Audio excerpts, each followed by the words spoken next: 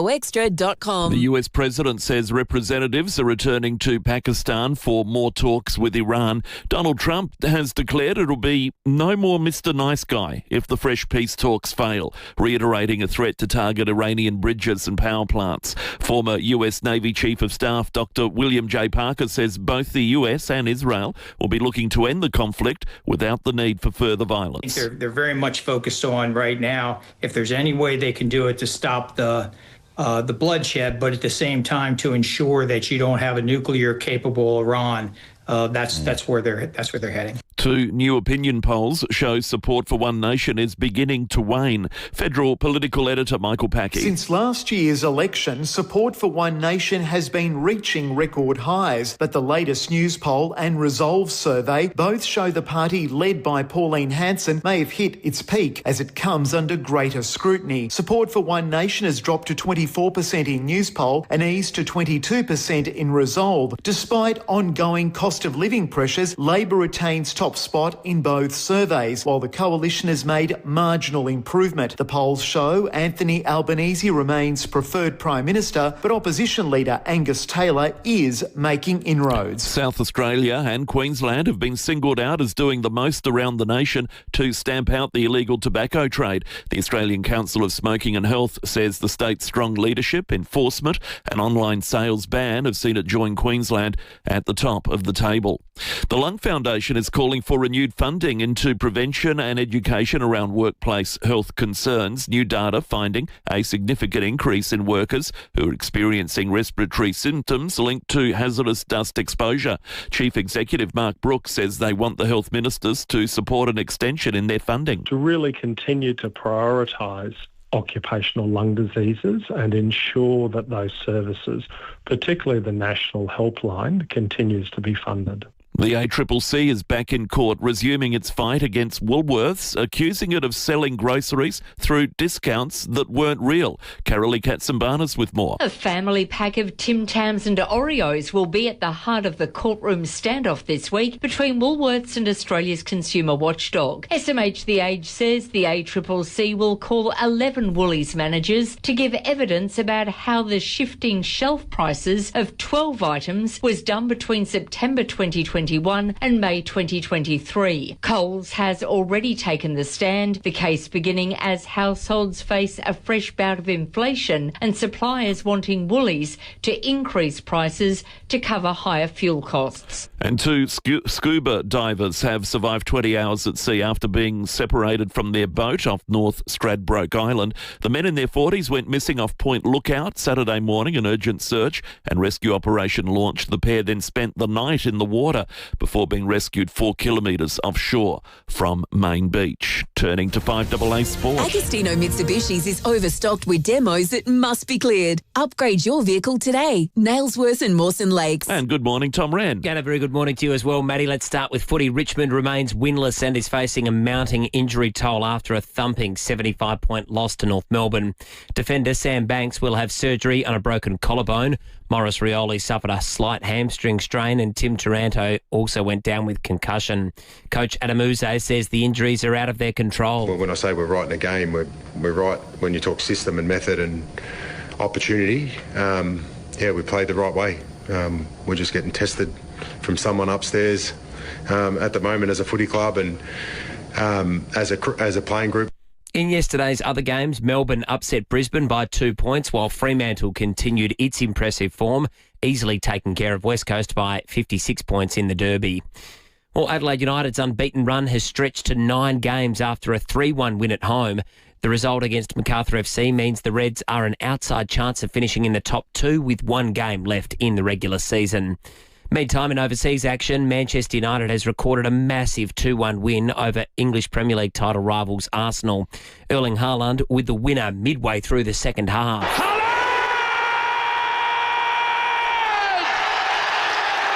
Manchester City have trailed Arsenal in the table for so long this season. Is this Resurrection Day? Huge result, that audio, thanks to Stan Sport. Now, it means that City's still 3 points behind the Gunners, but they importantly still have a game in hand. And that's the 5AA Sport. Thank you, Tom. 5AA's forecast, cloud clearing, 24 today, sunny 28 tomorrow, partly cloudy on Wednesday 26 and sunny 28 on Thursday, currently 15. 5AA, always Adelaide. Get saving now with City Discount Tyres. We're offering great deals on the world's top brands in tyres, wheels, suspension and parts. Suitable for four-wheel drives, SUVs and passenger cars, including Falcon, Michelin, Pirelli, Kumho, Hankook and many more. Finance options available. Search citydiscounttyres.com.au and locate your nearest dealer today. City Discount Tyres. We're driven by value. Do you snore? You might have a sleep monster. It steals rest and drives couples to sleep apart. Take ResMed's free online sleep assessment. Visit resmed.com/sleep monster. This information is not a substitute for medical advice. Consult your healthcare provider for medical guidance. You know what sneaks up on you? It's not age, really. It's the little things, like when mum or dad starts avoiding the stairs or they're slower than they used to be. And then suddenly you're thinking, are they still okay here? Well, that's where Acorn stair lifts can make a real difference. They're designed to fit pretty much any staircase, straight, curved, whatever your home has, and they just make moving around easier again so that your parents can stay where they're happiest, in their own home with their independence intact. If you've ever needed support, there is help available 24/7. And if it's something you've been quietly thinking about, well, it might be worth a look. Do it now. Head to acornstairlifts.com.au. You can rent a little, you can rent a lot. You can rely on Red Spot to keep Aussie airport rentals fair. We're the only car rental company who have kept our prices low during the fuel crisis. And we're the only Aussie-owned and operated choice in major airport terminals all over the country. Experience the local service that saw us named Product Review's 2026 Car Hire Service of the Year. For a deal you can rely on, book your next rental direct at redspot.com.au today or call 1300 66 8810. Red Spot. Walco is making headlines again for SA's biggest cover-up. If you own a pool, it will affect you in the best possible way. For those whose pool is the main feature of their yard, Walco offer a special mesh cover to keep debris and leaves out, while making your pool area look stunning all through winter. If looks matter, join the great cover-up and ask Walco about their stylish new mesh pool covers. Visit walco.com.au. Your lawn is about to face its toughest months of the year. Are you prepared? Lawn Hub's Amateur Pack has everything you need to get your lawn through winter and out the other side looking lush and green. But you need to start now. Pre-emergent weed control, cold weather fertiliser, wetting agent and more, all in home-friendly sizes with a step-by-step application calendar. Plus, order this month and you're in the draw to win a $3,000 BP fuel voucher. lawnhub.com.au. I grow mine with Lawn Hub. Come and join the team on 5AA. I think you call that hitting it for six. Knockdown, build two with Metro Homes. Move into one and keep the other as an investment. Metro Homes, they do it all for you. Live from Hindmarsh Square, it's 5AA Breakfast. David Penberthy and Will Goodings. 9 after 6, good morning to you. Welcome to Monday on 5AA Breakfast. It is the 20th of April. Looking forward to this. We're going to be chatting with an Adelaide band that performed at the Hong Kong Sevens Grand Final last night. Adelaide band called in to be the Grand Final entertainment in front of 40,000 people, Hindley Street Country Club. We're going to be chatting with the leader of the group very, very shortly. That's going to be a bit of fun. We'll talk fuel after 6:30 with the opposition treasurer here in South Australia, Ben Hood from the Libs, on their plan for how we get the best and the most out of the fuel that we do have available. The History Trust have launched the History Festival program for 2026. We'll get involved in that.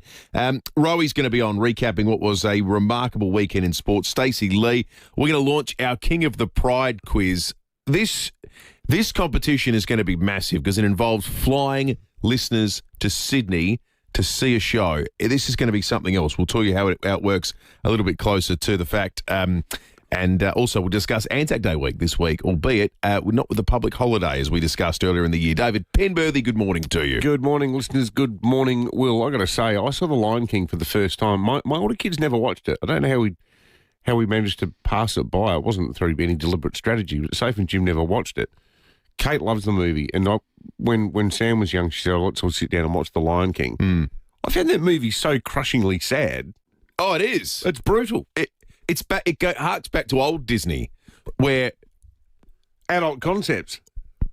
You look at old. So I think, and there's a little bit of this in you. Actually, no, I confess. Now I'm an expert in these things. With a 3.5-year-old, I've seen every Disney film the last 30 years 15,000 times.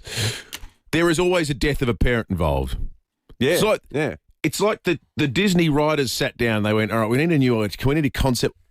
Well, the parent dies. Okay, so we got that. What are they? Dick. What are they? Are they a princess? Are they a lion? Yeah. I don't know, but the parent will die. It's got to start with crushingly sad tragedy. But it is, it is. It's really sad. It's a great movie, though. It is absolutely fantastic. Apparently the stage show is I haven't seen it, but apparently it's brilliant. Well, it totally lends itself to it, doesn't it? Yes. Like you think about how you could imagine it. But, it's one of the best children's movies I've ever seen. Anyway, good morning, Will. Good morning to you. I tell you what, weekend. Some people, might be wanting to fly out of the Adelaide airport this morning. We got a text from someone just a moment ago saying massive delays at the airport.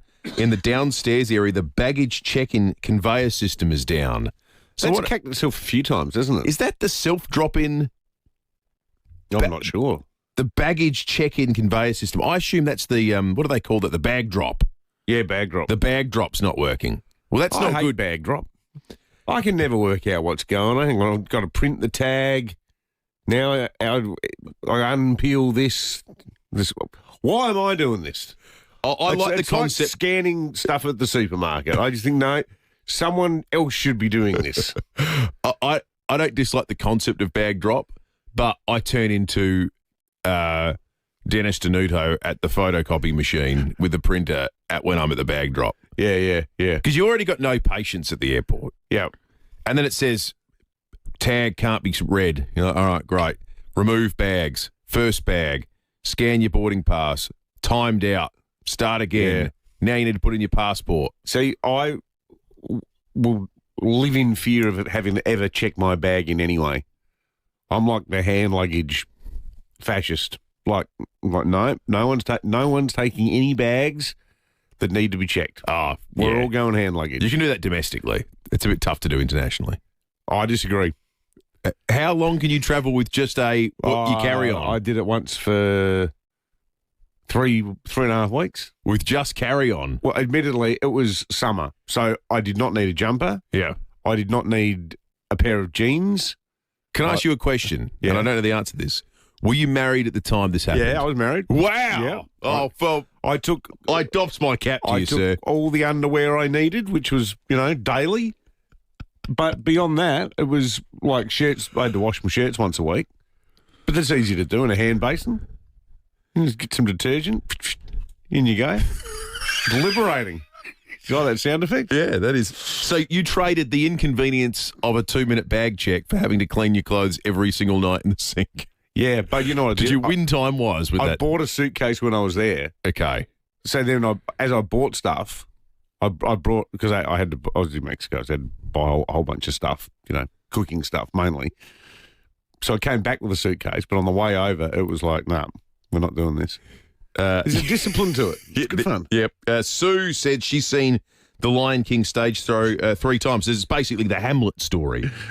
Thank you, Sue. Yeah. What about this text from Rob, our good mate Rob?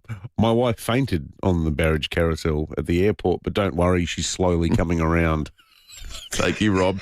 If you'd like to text us at any time, of course, 0448081395 is the number, or you can call us on 8223 0000. We are making some inquiries at the airport to find out what exactly has gone on. Is it mechanical? Is it software? How big are the lines? We'll find out for you and be able to check in. But there is no better reporter than you. If you're out there at the scene and you're tuning in, give us a buzz. Let us know what's going on. 8223 0000. Big shout out to all the Sleaford Mods fans out there, by which we mean Aaron. I hope you're up and about, Aaron. It was great to meet you. But Will and I had our biannual date night last night. We went to a gig together, England's Sleaford Mods. Great concert down at the Hindley Street Music Hall. And if you haven't heard of the Sleaford Mods, that's a good thing, because I thought, given we went along to something last night that it is by its nature quite obscure, we should ask our listeners, what's something that you are into that you convinced 99% of people have never heard of? Something that you might be into that no one else has heard of. Now, it doesn't need to be music. Maybe it's a movie, or it's a TV show, or maybe it's a obscure hobby that you're into that most people aren't aware of. 822 300 or text us on 0480 1395. Like our Sleaford Mods fandom. So, mind you, there was probably about 1,500 people there last night. Yeah. They've got a reasonably big following now. Yeah. And rightly so. Great band. All right, 16 after 6. The Smart Style, Smart Spend sale is now on at Choices Flooring. With design-led flooring and window furnishings for every home, you can enjoy comfort and durability without compromise. Download the catalogue at choicesflooring.com or visit your local showroom. The company you keep keeps unpacking sport and entertainment's untold stories and keeps you part of rugby league's inner huddle. Keep good company with the Backstage podcast. Think you know Cinderella? State Opera South Australia is bringing a fresh, fast-paced, laugh-out-loud retelling to Her Majesty's Theatre this May. From rags to royalty, follow one woman's journey as she discovers resilience, love and courage. Playing for 4 nights only from May 7 to 16. Don't miss an enchanting night out packed with charm, chaos and dazzling music. Book your tickets now at stateopera.com.au. Comparing Lawn Hub's Lawn Care Essentials Pack to the stuff you buy at your local hardware store is like comparing barista-made coffee to instant coffee. One is superior. With Lawn Hub's Lawn Care Essentials Pack, you'll get 5 pro-grade lawn treatments, the same sort used on stunning golf greens. And with an easy-to-understand application calendar, Lawn Hub will help you transform your lawn from zero to hero in 4 easy steps. No guesswork, just results. Order direct online from lawnhub.com.au. I grow mine with Lawn Hub. Most financial advice comes with strings attached. Well, AFM Wealth Strategy doesn't. They're independent, part of just 1% of advisors in Australia with no commissions, no bank ties. There are no incentives pushing products. So what you get is critical, unbiased advice. Their fees aren't based on how much money you have, but on the time and expertise needed to help you reach your goals. That means their advice is clear, fair, and always in your best interest. And when it comes to Centrelink and aged care, areas that many people find confusing, Tony from AFM Wealth Strategy brings real experience. With over 15 years working in Centrelink, he understands the process and makes it simple to understand. And remember, for a worry-free retirement, you need to plan now. Get in touch with Tony and the team at AFM Wealth Strategy. Visit afmservices.com.au, an authorised representative of Independent Financial Advisors Australia, AFSL 464629. There's something about a good local. Walking in and knowing you're in the right place. That's the Piermount Group of Hotels. 8 neighbourhood favourites. The Albion, the Australasian, the Bel Air, the Flagstaff, Mansfield Park, the Stirling, the Marriotteville and the Seaton. Each with great hospitality, good food and that familiar feeling. Download Piermount's First Draft loyalty app for perks, rewards, surprises, and your first drink is on them with a $10 sign-up bonus. Explore everything on offer at piermount.com.au. G'day, Alan Gray here. Speaking mechanic to mechanic, we all know four-wheel drive safety starts with how well a vehicle handles and stops. Too often we see four-wheel drive setting off on the big family getaway, overloaded and underprepared. It's time to get Terrain Tamer ready with the right stopping power. For safety's sake, Terrain Tamer have loads of upgraded braking solutions, including larger calipers, heavy-duty pads, dual brake boosters, rotors and braided brake lines. To find out more, go to terraintamer.com. The amazing sale is on now at Snooze. Up to 50% off selected mattresses and up to 40% off selected bed frames. Hurry, sale ends Sunday. Exclusions, T's and C's apply. Amazing what a little snooze can do. 5AA Breakfast is streaming live right now. To watch, simply head to 5AA on Facebook or YouTube. Knockdown, build 2 with Metro Homes. Move into one and keep the other as an investment. Metro Homes, they do it all for you. David Penberthy and Will Goodings, 5AA Breakfast. 20 minutes after 6. Congratulations to our nearest to the pin winner, James in Nord, who on Friday we asked for the free kick differential in the Port Hawthorn game, wondering whether there might be a little bit of AFL finagling to make up. Well, there was 2 ways you could have seen it. Either retribution for questioning what an umpire said he heard. How dare you. Or a bit of make good for an embarrassing saga for all involved. Whereas it turned out, the free kick count was -2. James in Nord guessed -5. James is the winner of nearest to the pin. Well done, James. Frankly, a cracking game of football. that Mitch Georgiades could have won on his own boot in the last 30 seconds. Yeah. Two remarkable games of footy with the local sides on the weekend. We'll talk about that with Rennie in just a moment. Let's take a call. Sue in Mylor is on the line. Good morning to you, Sue. Morning, guys. You're kind of talking about obsessions. This is not obscure, but I'm addicted to the TV show ER to the point that I revolve my entire day about when it's on. When is it on, Sue? It's on twice a day. So it's on at night on ABC Kids, I think. No, it's on the ABC digital channel. And then I repeat it again during the day. So I time my entire day what I'm doing about when it's on. That's superb. There are people have told me to go on Hard Quiz or something because I can analyse each episode and each season to the last character. So there have been 15 seasons of ER. Have you seen every episode, Sue? Oh, a million. Oh, yeah. In fact, yes, they showed it last year and then they repeated it again. I'm back to going through it again. And if they repeat it again, I will just watch it all again. This is the George Clooney one, Sue? Yeah. Wow. There are 300... He left in season 5, but yeah. There are 331 episodes of ER, and Sue's about to go for a third go-round. That is fantastic work. A lot of hours. Sue, magnificent work. 10:14 p.m. tonight, if anyone wants to get on board and do the... After tonight, you'll have 330 episodes to go. Thank you for that, Sue. We have some official communication from the Adelaide Airport as well.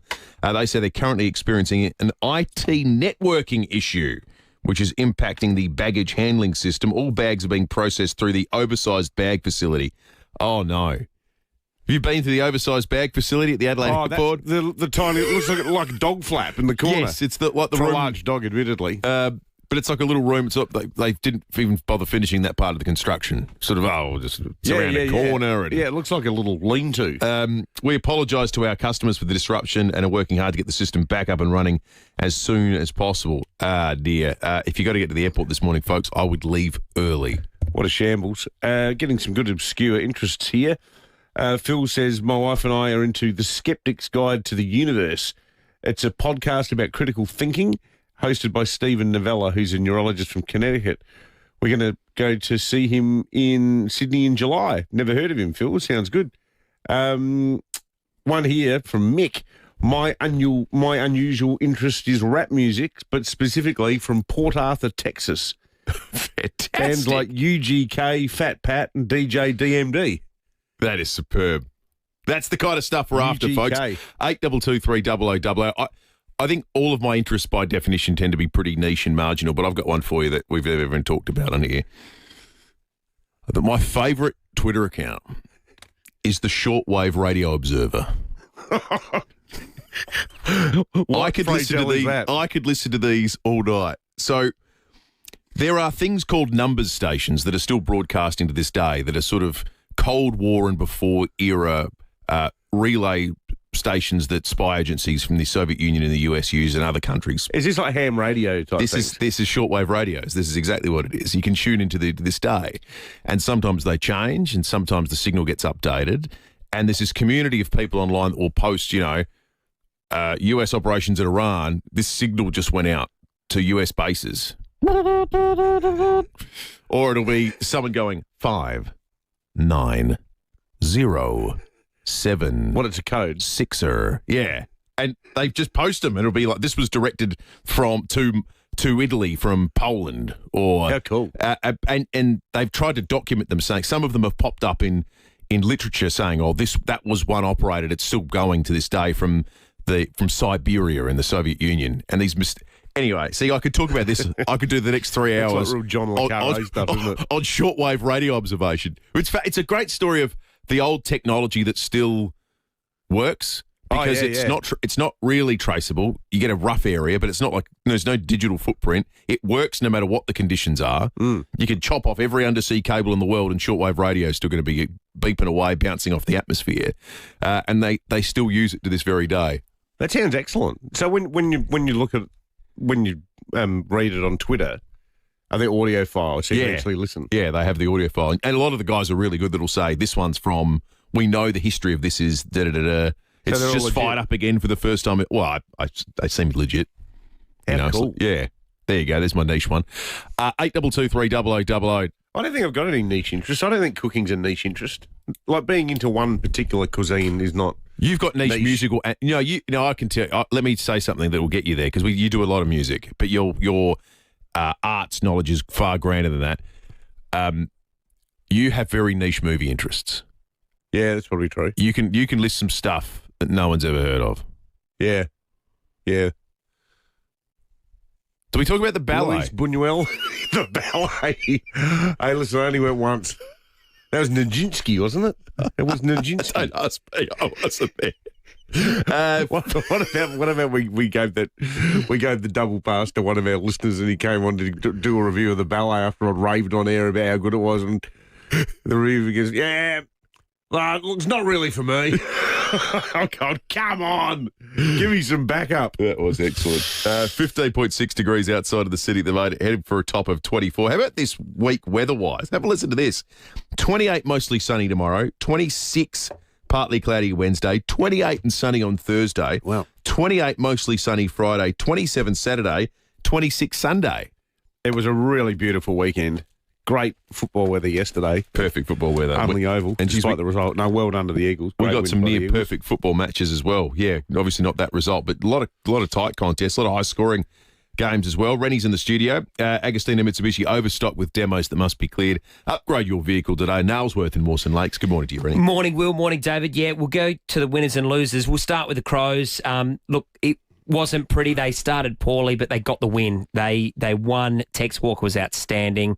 Led the way, and they just had to find a way. They've got a lot of injuries at the moment, the Crows, a lot of players that are out, so they got it done. They just fell over the line in the end, didn't they?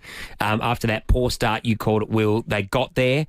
They had to win that game. They just had to win that game, and they did. I reckon I would cut them considerable slack for being mentally off in that first quarter. Yeah.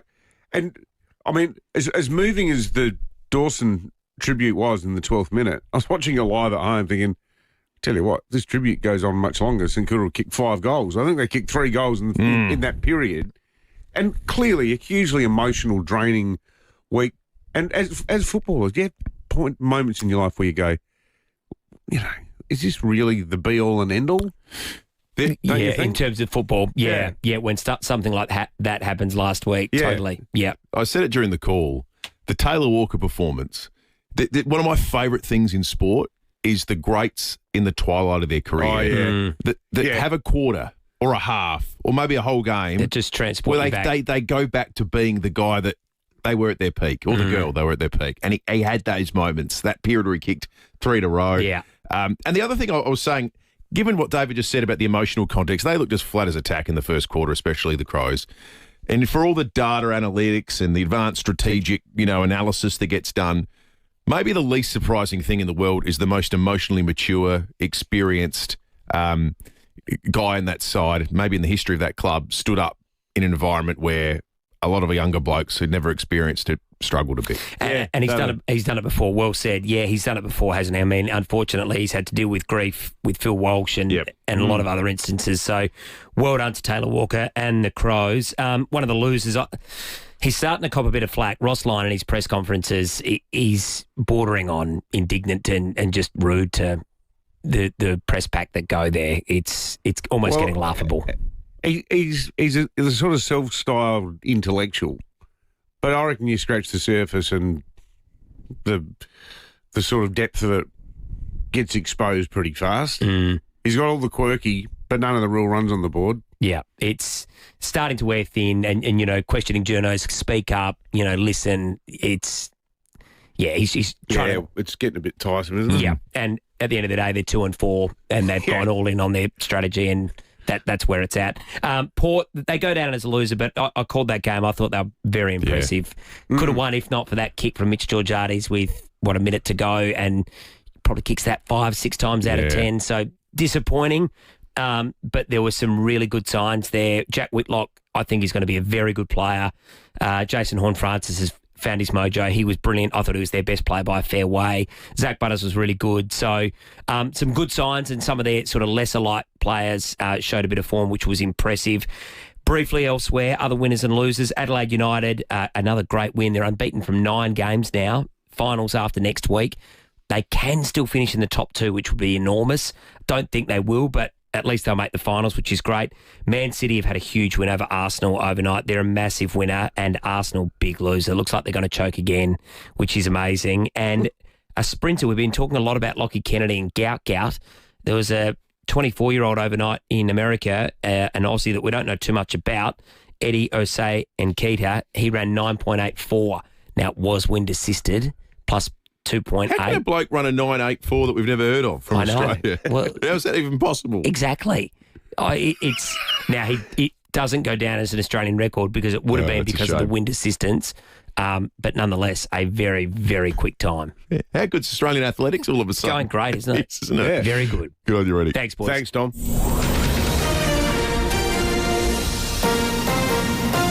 This is 5AA News. Always Adelaide. Cloud clearing 24 today with the 6:30 news. Good morning, I'm Matthew Pantelis. Physio Extra, keeping you healthy. Marion, Pirie Street, Norwood, Hallett Cove, Seaford and Victor Harbour. PhysioExtra.com. The US ambassador to the UN is rejecting suggestions the targeting of civilian infrastructure in Iran would be considered a war crime. American officials are on their way to Pakistan for new talks to end the conflict. The US president has issued a fresh warning. He'll target bridges and power plants if the latest round of talks with Iran fails to reach a deal. Speaking with CBS, Mike Waltz rejects suggestions it would be wrong to follow through on the threat. Bridges, power plants that are run by the IRGC, which runs the entire military, are absolute legitimate military targets, not only now, but have been historically. That is a false, fake and ridiculous notion that this is some type of war crime. South Australians are unclear about e-scooter laws in the state. According to a survey from the RAA,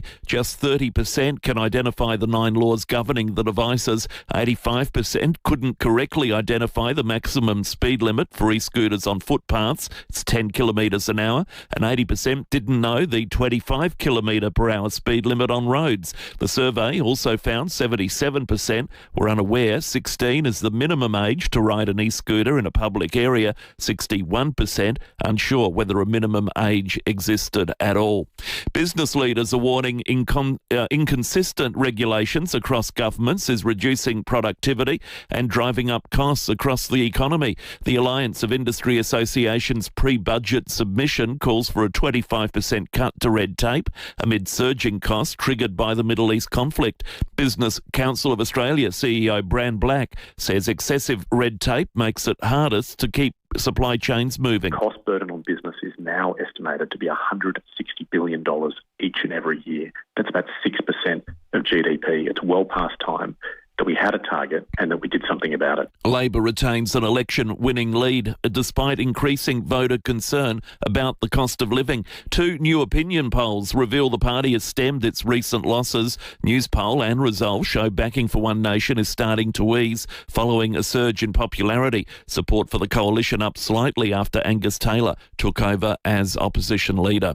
Accused war criminal Ben Roberts-Smith has spoken for the first time since being released on bail, vowing to fight charges. More from Janelle Wells. Ben Roberts-Smith spent 9 nights in custody after being arrested at Sydney Airport earlier this month. Now on bail, he's told reporters on the Gold Coast he's done nothing wrong and his arrest was an unnecessary spectacle. The 47-year-old says his family has stood by him and he's received messages of support from the public. It means a great deal to me and is extremely humbling. Under his bail conditions, Ben Roberts-Smith must report to a local police station 3 times a week. And Lifeblood expects an overhaul of its donor rules will add 20,000 more donations to Australia's blood supply every year.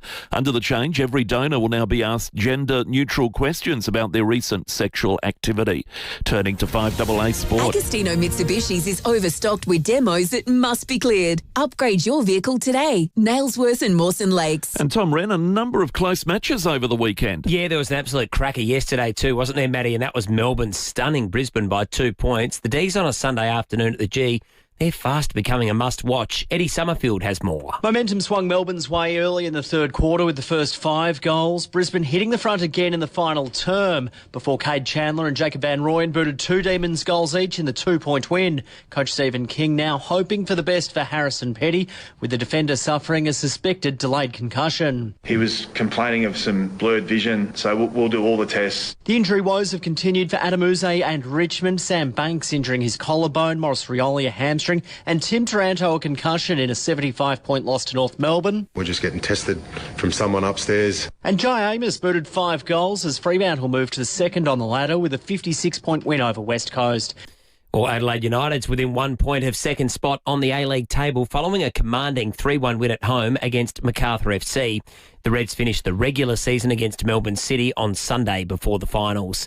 Meantime, a huge result for Manchester City in the English Premier League, recording a 2-1 win against Arsenal to close the gap at the top of the table to only 3 points. Liverpool, meantime, has beaten bitter rivals Everton 2-1 in the Merseyside derby, the winner coming in the 10th minute of stoppage time from a corner. And there it is! Virgil van Dijk! Reds in rapture! And they're surely going to leave Hill Dickinson for the very first time with a victory. Audio there thanks to Stan Sport. Meantime, Nottingham Forest has recorded a crucial 4-1 win against Burnley, meaning they're now 5 points clear of the drop zone. And that's the 5AA Sport. Thank you, Tom. 5AA's forecast: cloud clearing today, 24, sunny 28 tomorrow, partly cloudy on Wednesday, 26, and sunny 28 on Thursday. Currently 15. 5AA, always Adelaide. Get saving now with City Discount Tyres. We're offering great deals on the world's top brands in tyres, wheels, suspension and parts. Suitable for 4-wheel drives, SUVs and passenger cars, including Falcon, Michelin, Pirelli, Kumho, Hankook and many more. Finance options available. Search citydiscounttires.com.au and locate your nearest dealer today. City Discount Tyres. We're driven by value. Every day, CommBank is trusted by over 1 million Aussie businesses. We're here to help back your goals and ready to lend a hand. Order for James. To find out more, search CommBank Business. Your lawn is about to face its toughest months of the year. Are you prepared? I was just going through my Lawn Hub amateur pack yesterday with a view to giving everything a bit of a pre-winter blast. It's got everything you need to get your lawn through winter and out the other side looking lush, but you need to start now. The Lawn Hub Amateur Pack contains pre-emergent weed control, cold weather fertiliser, a wetting agent and more. And here's what everyone loves. It comes with an easy-to-follow application calendar. It literally tells you what to use and when. Lawn Hub is South Australian owned, and these products are locally developed for Aussie conditions, not mass-produced shelf fillers. And right now, if you order this month, you go in the draw to win a $3,000 BP fuel voucher. That'd come in handy. Order direct online now at lawnhub.com.au. T's and C's apply. 5AA's Tech Talk with your host, Adelaide Tech Guy Richard Pascoe. Thanks to Harvey Norman Computers. All right, if you've been thinking about upgrading your laptop, now's actually a very smart time to do it. Harvey Norman has up to 25% off selected big brand laptops, and there are some genuinely strong deals in there. For example, the Acer Aspire Go with an Intel Core 5 processor is down to $628. That's a $270 saving. The Lenovo IdeaPad Slim 3 Copilot Plus is $998, saving you $400. And the HP OmniBook X Flip 14, a really versatile 2-in-1, now $1,498, save $400. So whether it's work, study, or just something faster and more reliable, it's worth a look. Best range, best brands, best prices, up to 25% off selected laptops at Harvey Norman now. Conditions apply. Check out this great offer at a Harvey Norman store near you. Stop buying those 2-in-1 spray-on products from the hardware shop. Real lawn enthusiasts treat their lawn with a multi-step program, not whatever's on the shelf. Lawn Hub's Amateur Pack is pro-grade lawn care in home-friendly sizes. 5 products with an easy-to-follow application calendar, specifically designed to push your lawn through autumn, survive winter, and come into spring looking amazing. Take your lawn from zero to hero with 1 pack delivered to your door. Plus, order this month and you're in the draw to win a $3,000 BP fuel voucher. Lawnhub.com.au. I grow mine with Lawn Hub. Knock down, build two with Metro Homes. Move into one and keep the other as an investment. Metro Homes, they do it all for you. David Penberthy and Will Goodings, 5AA Breakfast. 20 to 7, talking things that you are into that you're convinced 99% of people aren't aware of this morning. Well, we are all aware of the fact that Ben Jordan is our resident stats man and weather nerd. He says that's his niche topic. The forecast for the week ahead averages 27 degrees. We went through it just before. 6 degrees above the average for this time of year. So, Ben says only 1919, 1928, 1993 and 2018 have had a warmer week leading into Anzac Day. So it's only happened 1, 2, 3, 4 times before in the recorded temperature history of South Australia that we've had a warmer week in the lead up to Anzac Day. And this is good information from Jared Flagstaff Hill. Eddie Osei Nketiah, who would have broken the Australian 100-metre record, if not for the fact that it was an illegal run for wind assistance. The reason we haven't heard of him, he's a dual citizen with New Zealand. He transferred his allegiance to Australia on the 4th of December, 2025. So he's only very recently become an Australian athlete, and he was subsequently named in the Australian team for the 2026 World Athletics Relays and now runs for Australia. His surname, Nketiah, is he... has he got Maori background? He looks a bit that way, yeah. Yeah. Wow. Remarkable, powerful-looking runner. Yet again, another expat New Zealander that Australia scoops up and passes off as their own. He's the crowded house Russell Crowe of athletics, this guy. In New Zealand, beyond the sporting and entertainment versions, it's genuinely a huge issue how many people are leaving New Zealand to move to Australia. It's part of our big immigration discussion that's going on here at the moment. It always has been there, hasn't it? I mean, yeah. That's be sad. Like, being a parent in New Zealand, seeing your kids grow up, you just live in fear of them saying, hey, sorry, but I'm going to Sydney. Yeah, moving to Australia for work. Yeah, sad. Around this, in the states of Australia, there is a debate going on at the moment about states pursuing their own diesel fuel reserves. Western Australia have announced they're going to do it. Tassie, there's a debate in New South Wales whether that might be something that they pursue. The South Australian Liberal Party is saying it's what we should be doing here in South Australia. Shadow Treasurer Ben Hood joins us. Ben, good morning to you. Good morning, Will. Good morning, Pembo. Thanks for coming on, Ben. The last 8 weeks have been a bit of a wake-up call for Australia on the fuel front, haven't they? Yeah, bloody oath, mate. They certainly have.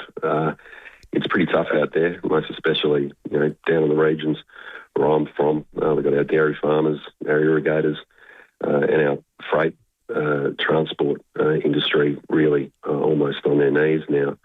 So, what we're proposing here really is the fact that South Australia has no strategic fuel reserve. We've got long supply chains, and that ultimately leaves us vulnerable. So we're proposing a sensible, layered fuel resilience framework. Now, what does that mean?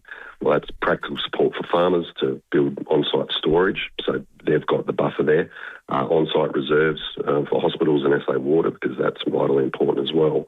But importantly, a dedicated fuel security coordinator, which would sit within the part of the Department of Energy and Mining, which would look at where our fuel is going, have real-time supply chain data, reporting from importers and terminals, wholesalers and distributors, and then on top of that, a modest rotating buffer in existing private terminals. Now, why is this important? Well, we know it's important because we've seen what's happened over the last 8 weeks, as you've said, Pembo. This isn't about a panic. This isn't about massive spending.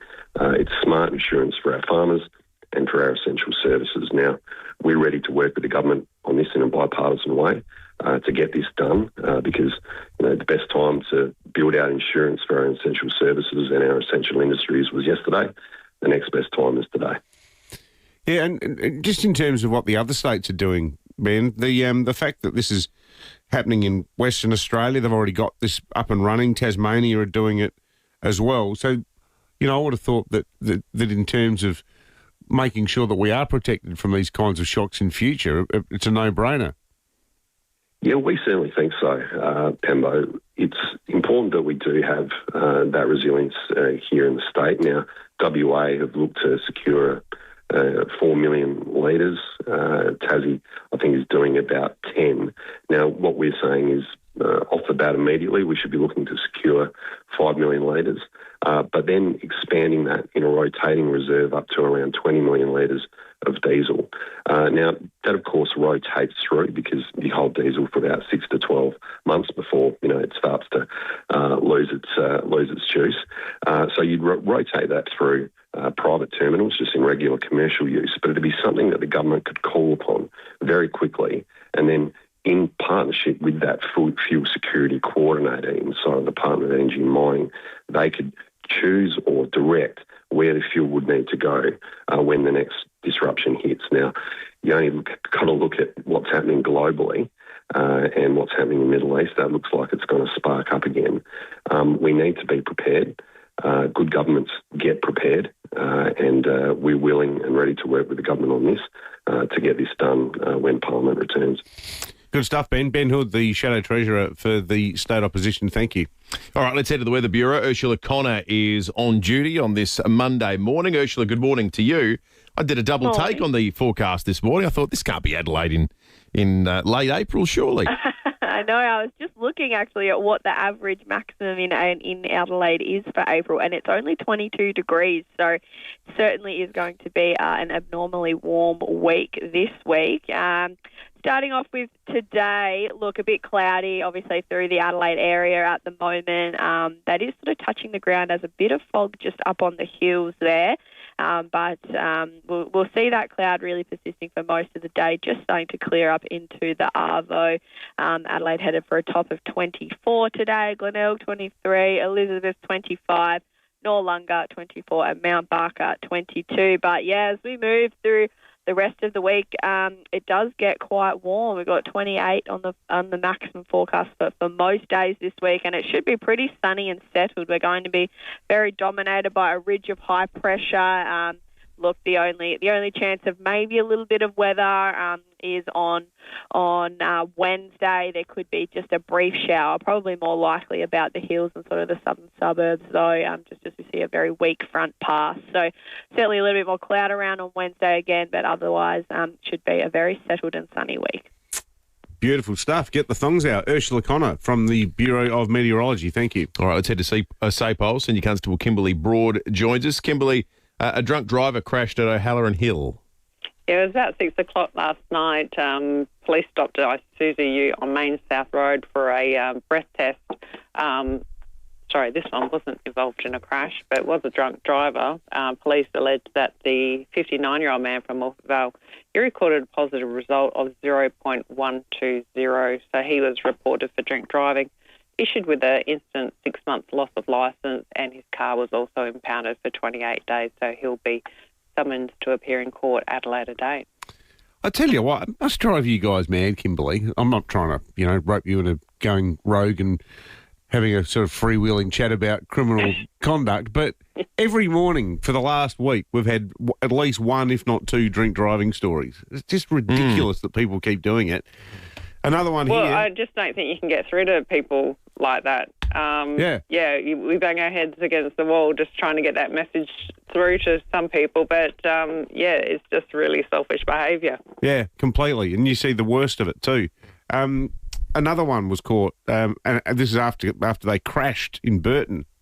Yeah, this was just after midnight. We were alerted to a hit-run crash. It was on Kensington Way at Burton, where a Toyota Camry had collided with a Hilux.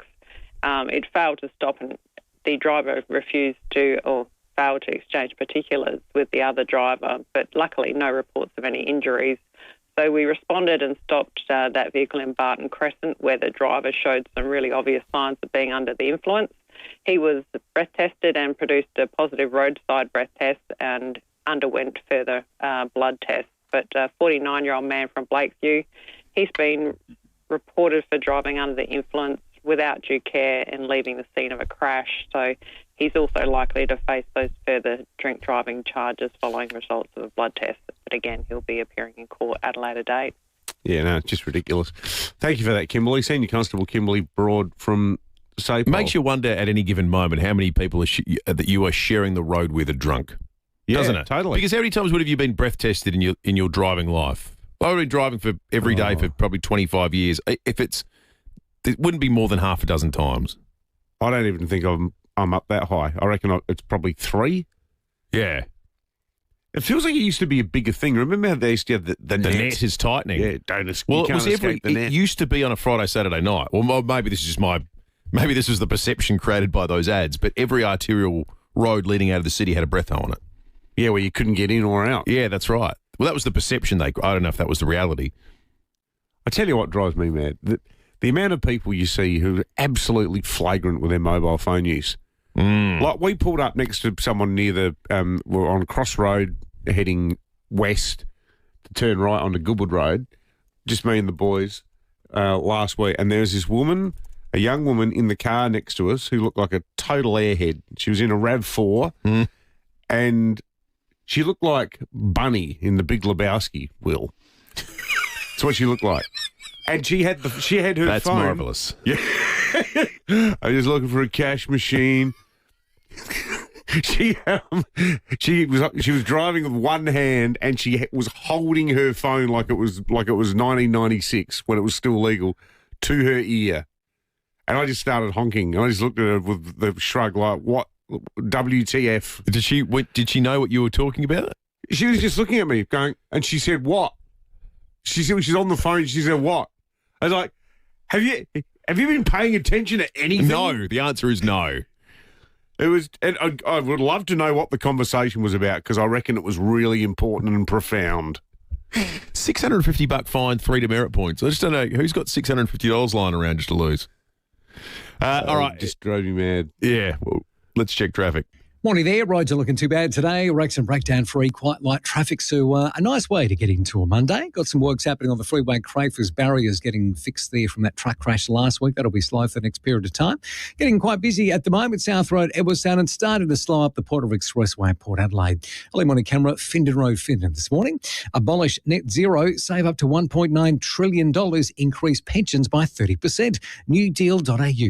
Authorised by Clive Palmer for the United Australia Party Gold Coast. Adelaide's most accurate traffic on 5AA. Harris Scarf mid-season sale is on now. Save 40% off full-price quilts, 50% off full-price mattress toppers and memory foam pillows, plus 40% off full-price sheets. Don't miss out. Exclusions apply. Harris Scarf. Great brands, great prices. Your lawn is about to face its toughest months of the year. Are you prepared? Lawn Hub's Amateur Pack has everything you need to get your lawn through winter and out the other side looking lush and green. But you need to start now. Pre-emergent weed control, cold weather fertiliser, wetting agent and more. All in home-friendly sizes with a step-by-step application calendar. Plus, order this month and you're in the draw to win a $3,000 BP fuel voucher. Lawnhub.com.au. I grow mine with Lawn Hub.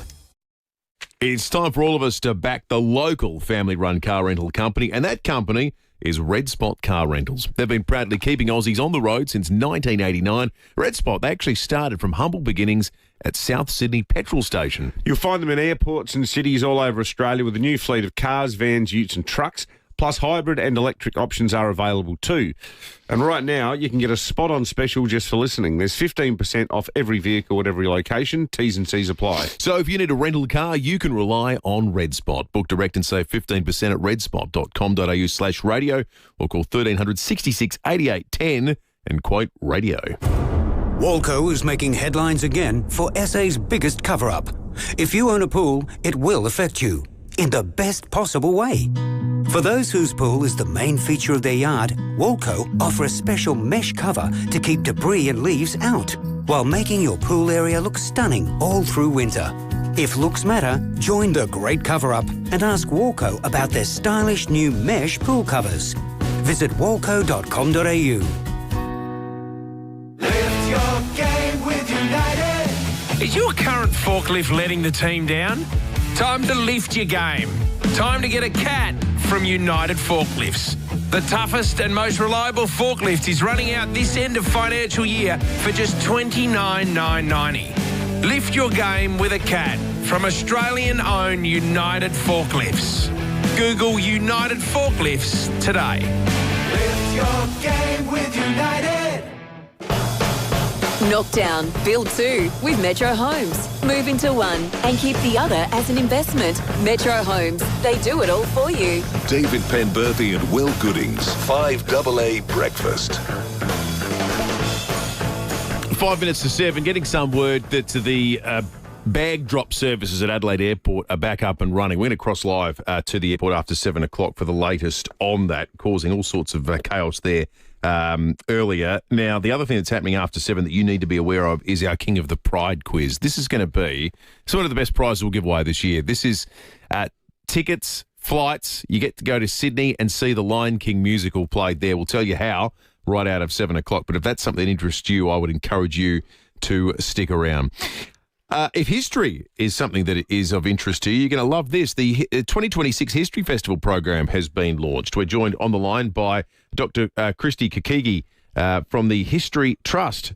Doctor, good morning to you. Good morning, Will and David. How are you? We're good, thank you. Now, this is always a great event, Dr. Kahigi, and we often say on the show it's a pity more people, particularly those who are running the world sometimes, don't pay more attention to our past.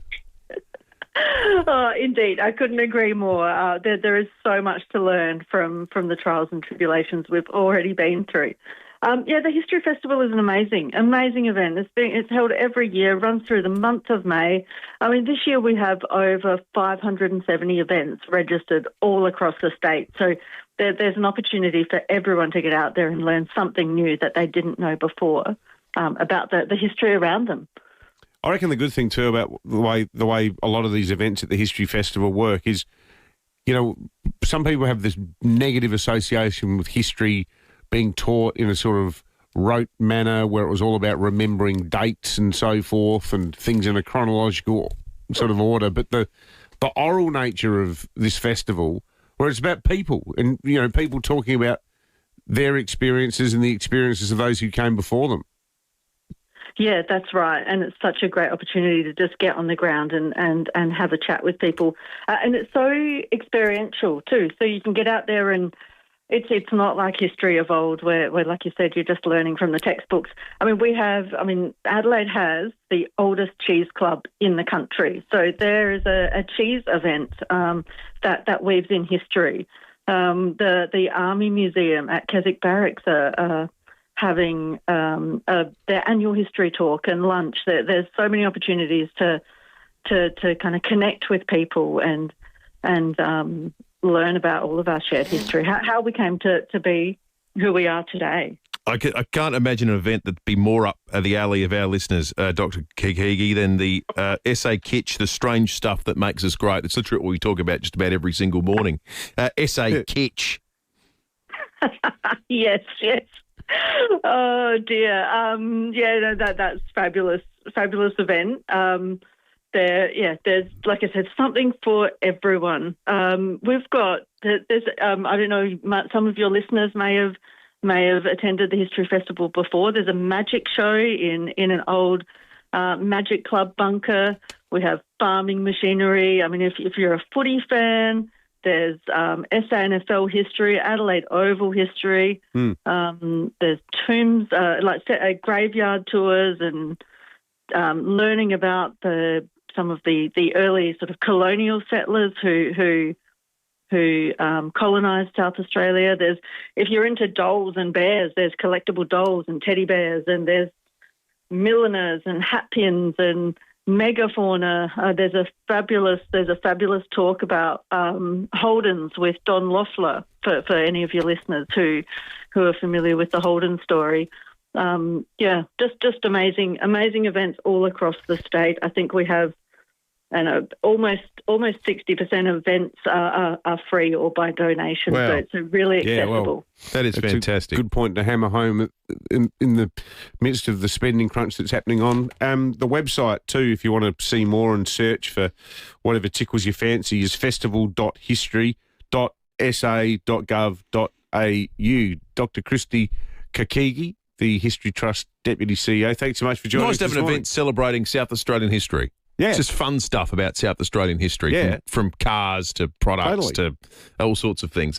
Dave in Alberton, good morning.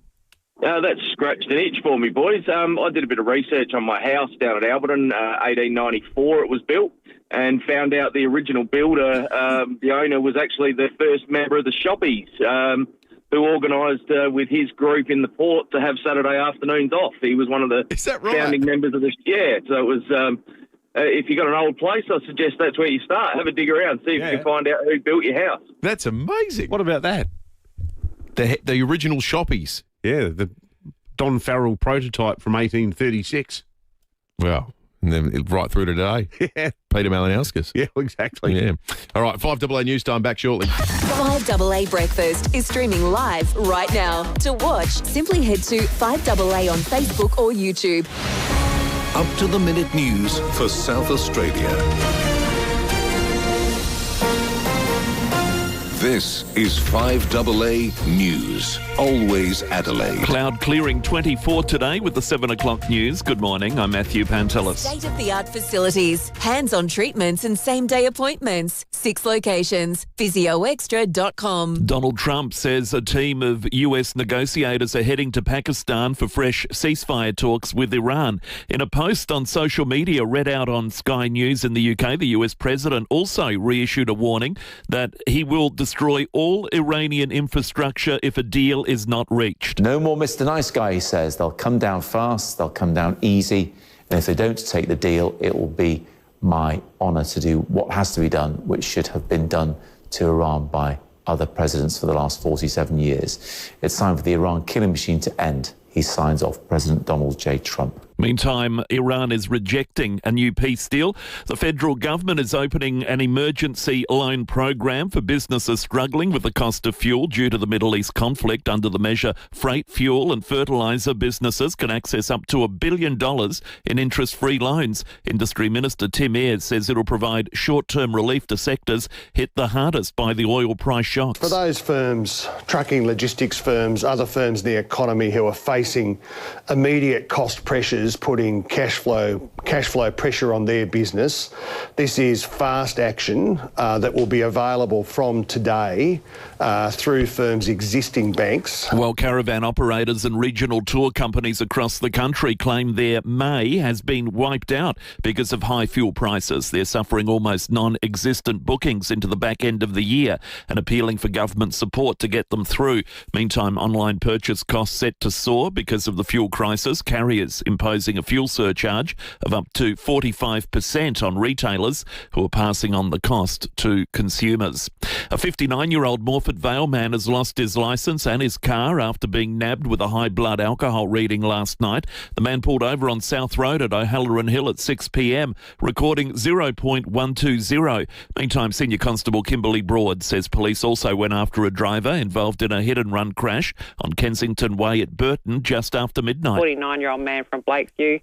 He's been reported for driving under the influence without due care and leaving the scene of a crash. So he's also likely to face those further drink driving charges following results of a blood test. In the US, 8 children have been killed in a shooting in Louisiana. Aged between 1 and 14, the children killed in a domestic dispute. The gunman a father to many of them. This is a very large scene. This is a domestic disturbance. Multiple deceased children. Police shot dead the gunman, the shooting unfolding across 3 separate crime scenes. New research finding older workers are not trusted by younger colleagues. A study found older staff are stereotyped as less competent, trainable or adaptable by their younger colleagues. Now turning to 5AA Sport. Agostino Mitsubishi's is overstocked with demos that must be cleared. Upgrade your vehicle today. Nailsworth and Mawson Lakes. And Tom Wren, the Zach Butters incident dragging into a second week. Oh, it's amazing, isn't it? Hopefully we get some kind of conclusion today, Matty, for that appeal for an incident involving umpire Nick Foote more than a week ago. The appeal will be heard late this afternoon. Port's players will train at Alberton this morning following Saturday's close 3-point loss to Hawthorn, while the Crows will train around midday as they begin to look ahead to Sunday's clash against Brisbane. The Lions will be smarting after a 2-point loss to Melbourne at the MCG yesterday. In yesterday's other games, North Melbourne destroyed Richmond by 75 points, while Fremantle made it 5 straight wins after smashing West Coast by 56 points. Well, Adelaide United has guaranteed it will play finals and has also kept alive its hopes of a top 2 finish after coming from a goal down to beat Macarthur FC 3-1 at home. Anselmo bagging a brace, his second goal sealing the result in the 89th minute. Cooley onto the left foot. He's done it again. Anselmo Yeah, it was a ripper. Audio thanks to Paramount. The Newcastle Jets have secured the Premier's Plate, a 2-2 draw against Melbourne victory, enough for them to move 4 points clear of Auckland with 1 game to play. In overseas action, Manchester City's recorded a 2-1 win against Arsenal, meaning they're now only 3 points behind the Gunners, but importantly still have a game in hand. Elsewhere, Liverpool beat Everton 2-1, Nottingham Forest smashed Burnley 4-1, while Aston Villa won a thriller against Sunderland 4-3. South Australia's cricket squad's been boosted by the return of Jake Weatherald from Tasmania. Meantime, a couple of Aussies in action overnight in an IPL game. Marcus Stoinis getting the chocolates for his Punjab Kings as they beat Mitch Marsh's Lucknow Supergiants by 54 runs. Stoinis blasted 29 off only 16 balls, while Marsh made a quick-fire 40 off only 28 balls. And that's the 5AA Sport. Good on you, Rennie. Now checking the roads around Adelaide this morning. Lynn Andrews Real Estate. Experts in commercial and residential property management. lynnandrews.com.au. Morning there. Roads are looking really good for the run-in today. We're accident breakdown free. Shouldn't have too many hassles getting to work, which is always nice for a Monday. Got those barrier damage works getting sorted at Crayford from that truck crash on the freeway last week near the interchange. That'll be slow. We're quite busy at the moment. Main North Road at Enfield and starting to slow up with some brake lights. Porter Expressway at Port Adelaide. Cameras, Valletta Road, Kidman Park and Findon Road, Findon this morning. Flight Centre has your next holiday sorted with an 8-night 4-star Phuket stay from only $59 per person per night. Save $930. Book online or in store with Flight Centre. Adelaide's most accurate traffic on 5AA. 5AA's forecast: cloud clearing today, 24, sunny 28 tomorrow, partly cloudy Wednesday 26 and sunny 28 for Thursday. Currently 16, 5AA, always Adelaide. Setting the agenda for South Australia. This is 5AA, always Adelaide. Knock down, build 2 with Metro Homes. Move into one and keep the other as an investment. Metro Homes, they do it all for you. David Penberthy and Will Goodings, 5AA Breakfast. 7 after 7, good morning to you. Joining us for the first time on this Monday, the 20th of April. A rare sort of a warm week ahead. There's only 4 times in the history of the recording of temperature in South Australia that we've had a warmer week leading into Anzac Day. It is going to be an absolute cracker. Beautiful weather to get out and do whatever it is you want to do this week. It's got a touch of spring to it. 28 degrees on a couple of days this week. Planting tomatoes. Absolutely. Don't waste your time. It's going to be a spectacular sort of a week. Coming up this hour, Stacey Lee will join us. We'll talk real estate with Bronte Manuel from Toop and Toop. The Sydney Morning Herald seemed to have claiming this morning that they've broken what is going to be the federal government's new capital gains tax policy, and it is back to the future. It is going to roll back the policy back to that Keating-Howard era pre-1999 policy, which involves levying the tax on capital gain in the absence of inflation. Was a much more complicated calculation, which is in part why they changed it. Turbocharged investment, which is why they're now rolling it back. But we'll get Bronte to explain before 8 o'clock this morning. We're going to chat with Abby Smith as well for 10 News First at the airport. There's been issues with the bag drop, an IT networking issue, according to the airport, that we now understand is resolved. We'll find out from Abby in just a moment. First, though, we want to launch what is going to be a spectacular brand new quiz on the program that starts here and now. It is for a trip to Sydney to experience the Lion King musical. So this is what you're playing for. Return flights, 3 nights accommodation, breakfast included, and your transfers are all paid for. You get tickets to the Lion King at Capitol Theatre, tickets to the 2026 Archibald exhibition at the Art Gallery of New South Wales, a light tea at the famous tea room in the historic Queen Victoria building. Oh, beautiful. A Captain Cook Premium Harbour Experience cruise, including a beverage of your choice and a charcuterie board to share. This is the ultimate Sydney weekend that we're offering up. Now, the way it'll work is 2 callers go head-to-head for the daily quiz. Head-to-head, daily quiz.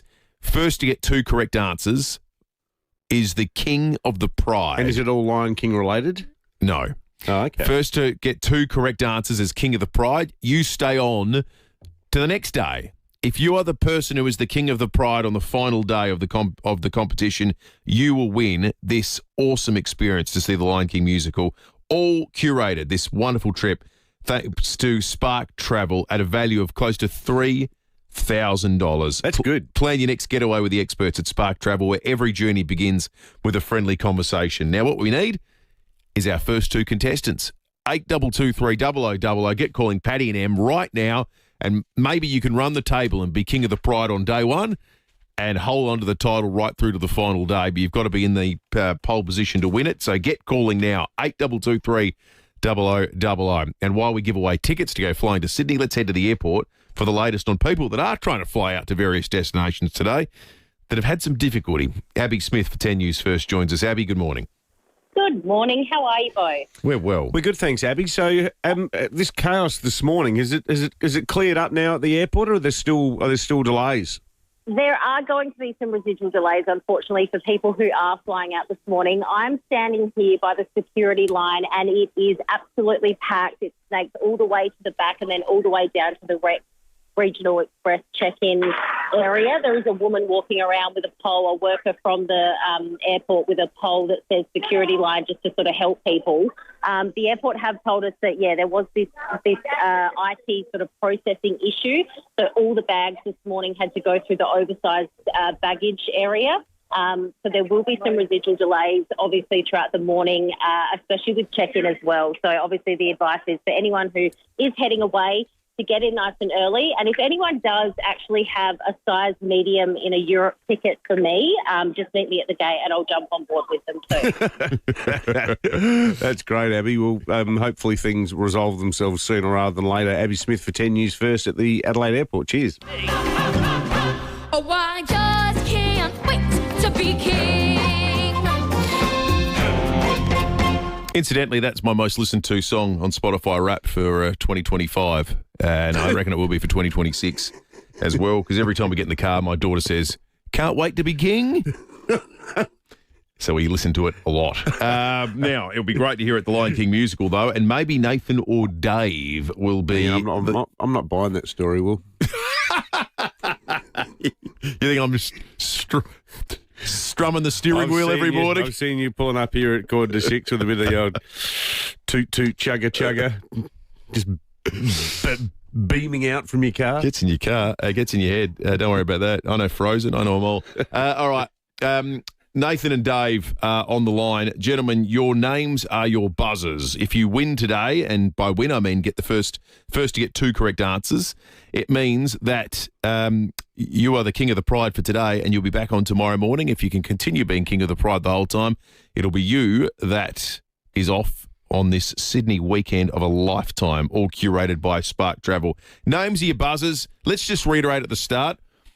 It is what we here go to wear that determines whose name and whose buzzer works, all right? There was some controversy last time we did this competition. We had to get the forensics department to try and decipher it for us. But it's, as we hear it, go to wear. Nathan and Dave, here we go. Names are your buzzers. In a game of rock, paper, scissors, what beats scissors? Nathan.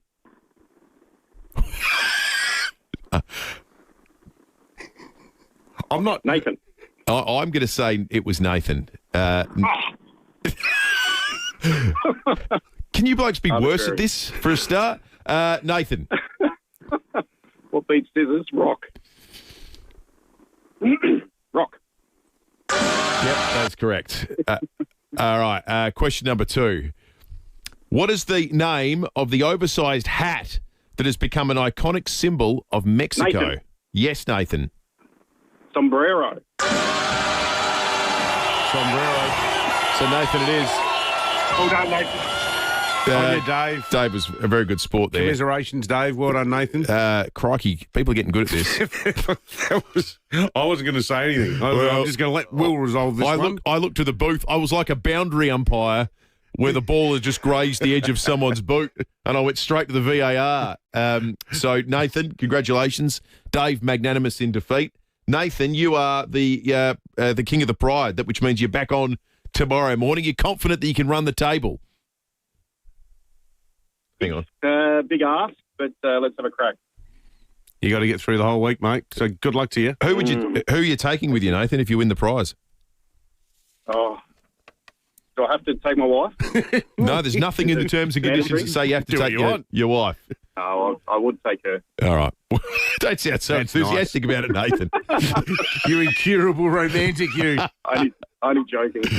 Good man. All right. Well, we will have Nathan back on tomorrow morning and another contestant trying to knock him off as King of the Pride with 3 more questions and 2 right answers, carrying someone through into what will be Wednesday at that point in time. Great prize. Fun competition. Brilliant. More of that tomorrow morning. All right, let's check traffic and come back with more shortly. Morning there at Fulham Gardens. A crash to look out for Tapley's Hill Road near Milton Avenue. Crayford still got those barrier works getting sorted from that truck crash last week. That'll be slow on the free whenever the interchange. And look out for work South Road, Edwardstown, always slow this time of the morning. Cameras today, Crittenden Road, Findon and Valletta Road at Kidman Park. Walk or run 10,000 steps a day this May to help make hospitals a happier place for sick kids. Join Starlight Super Steps Challenge at supersteps.org.au. Adelaide's most accurate traffic on 5AA. 5AA Mornings with Graham Goodings. Australia's defence spending is rising by $53 billion over the next decade as the government responds to worsening global threats. Joining us now is the Deputy Prime Minister and Defence Minister, Richard Marles. That really is the biggest peacetime increase in our defence spending in our nation's history. Graham Goodings. We need to be thinking through our circumstances and making sure that we're ready. Weekday mornings from 9 on 5AA. Always Adelaide. A test drive should test the car, not your patience. In the city, it's traffic lights, roundabouts and stop-start driving. So take your foot off the brake and open it up a little. Come to Barossa Auto Group and test drive all the big brands. Ford, Volkswagen, Honda and Kia. Available to test drive through the stunning Barossa. We'll even buy you lunch to make a day of it. T's and C's apply. Barossa Auto Group. Tanunda and Nuri Utpa. Book a test drive today. Is your outdoor area living up to its potential? If not, speak to Luba House and transform your outdoor area with an opening and closing roof that's ready for next summer. An SA family-owned business, Luba House do everything. Planning, design, council approvals, local manufacturing and installation, so you'll have peace of mind it's done right. Don't wait any longer. Find out more with a free design, measure and quote. Bring your outdoor area to life with Luba House. luvahouse.com.au. You can rent a little, you can rent a lot. Whatever you're doing, wherever you're going, you can rely on Red Spot to get you there. We're the all-Aussie family-owned car rental company in airport terminals and cities across Australia, with a new fleet and plenty of hybrid options too. Experience the exceptional service that earned us Product Review's 2026 Car Hire Service of the Year. Book direct and save now at redspot.com.au today, or call 1300 66 8810. Red Spot. We've got Shane from Drummond Golf with us. Shane, you've made it so easy to improve your game with a room full of indoor simulators. Yeah, Tommy, we think all golfers out there will love our Big Swing Golf indoor simulators at Drummond Golf Mile End. We have a room full of simulators to play golf and other sports like soccer, baseball, basketball and even football with your mates, rain, hail or shine. It's great fun, isn't it, Shane? But more importantly, the simulators you have, they're an incredible tool for improving your game. Tommy, you're dead right. They're a great training tool thanks to the overhead Ion 3 camera that shows video of your clubhead angle, your clubhead speed and spin rate. So jump online and take a look at bigswinggolf.com.au, then call your mates and head to Drummond Golf Mile End. For those whose pool is the main feature of their yard, Walco offer a special mesh cover to keep debris and leaves out while making your pool area look stunning all through winter. Join the great cover-up and ask Walco about their stylish new mesh pool covers. Walco.com.au. The most frustrating thing about having your car repaired after a collision can be the wait. Sometimes months. At Premier Panel Services, the wait is one thing you won't have to worry about. We've expanded our workshop and our highly skilled team. It means we're better equipped to deliver an outstanding outcome for you and your car. RAA and MTA approved, Premier Panel Services work with most insurance companies. So ask for Premier Panel Services and get back on the road sooner. Rosanna Mangiarelli here from 7 News. Join me and Will Goodings for Adelaide's leading news hour, 7 News, tonight at 6 o'clock. Knock down, build 2 with Metro Homes. Move into one and keep the other as an investment. Metro Homes, they do it all for you. David Penberthy and Will Goodings, 5AA Breakfast. 20 minutes after 7, coming up after 7:30 this morning, Stacey Lee will join us live in the studio. We'll talk state politics with Stacey. Then before 8 o'clock, Bronte Manuel, Toop and Toop. And we are going to talk Anzac Day after 8:20 this morning. The no public holiday this weekend, of course, in South Australia, but it's going to be just an absolutely perfect week and lots to talk about with regard to our history on that front. We just chatted about the SA History Festival before the break. Australian war history and sacrifice will be spoken a lot about on the program and in other places over the course of this week. Last week, we, on Friday morning, like everyone else, were waking up after the Carlton match on the Thursday night, featuring an erratic performance from Elijah Hollands that has raised a great deal of concern in the football world. Speculation about his mental health. Graham Wright, the CEO of the Carlton Football Club, held a press conference yesterday trying to explain their role in all this. How was it that this player was allowed onto the field? How could it be that his opponents saw signs and smelt and heard things that no one at the club was aware of? Dr. Peter Larkins, one of the most respected sports physicians in the industry, joins us now on 5AA Breakfast to sort of tease some of this stuff out. Dr. Larkins, good morning to you. We really appreciate your time. What was your immediate reaction, the aftermath of the Carlton game, and specifically the Elijah Hollands question, thinking about the sort of things that are in place to manage the welfare of guys before they get out there on the field? Good morning, guys. Nice to chat with you. Yeah, look, my immediate reaction was this is a really bizarre set of circumstances that you hardly ever get to talk about in the medical sense during the season when we've got so many injuries we talk about. But obviously, abnormal behaviour from a player. We normally associate disorientation with concussion episodes, which we do talk about probably weekly, guys, as you know. But that wasn't the circumstances here from the pre-match and the early part of the game. So it was just, I guess, a question as to what the hell was going on and whether or not something would be done about it early in the game. But as the game transpired, clearly nothing was done mid-match about it. When you consider how there's been, I know it was pared back a little bit during COVID, Dr. Larkins, but you think about the number of people involved in football clubs now. You've got, line coaches, you've got midfield coaches, defensive coaches, ruck coaches. To have that many people involved and for no one to twig to it when it was going on for such an extended period does seem strange, does it not? Oh, it requires explanation, absolutely. I mean, a point of contact with a player prior to the game is probably 5 or 6 minimum people. There's the trainers who strap the ankles. They might be getting a rub down as well.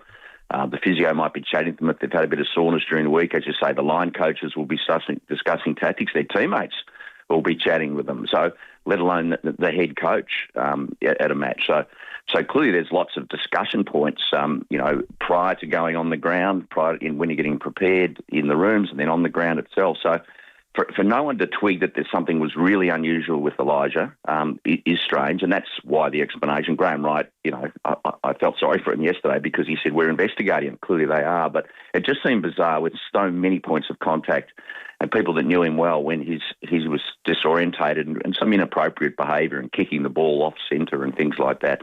It wasn't picked up, and that's why the investigation's going on. There's clearly been some incident that's triggered that behaviour. Do you think, though, that this might actually be a broader wake-up call that people need to be more attuned to the prevalence of anxiety and anxiety-related issues? Because, I'm not trying to posit this as conclusive evidence, but there has been discussion that this poor young bloke has been self-medicating to deal with anxiety.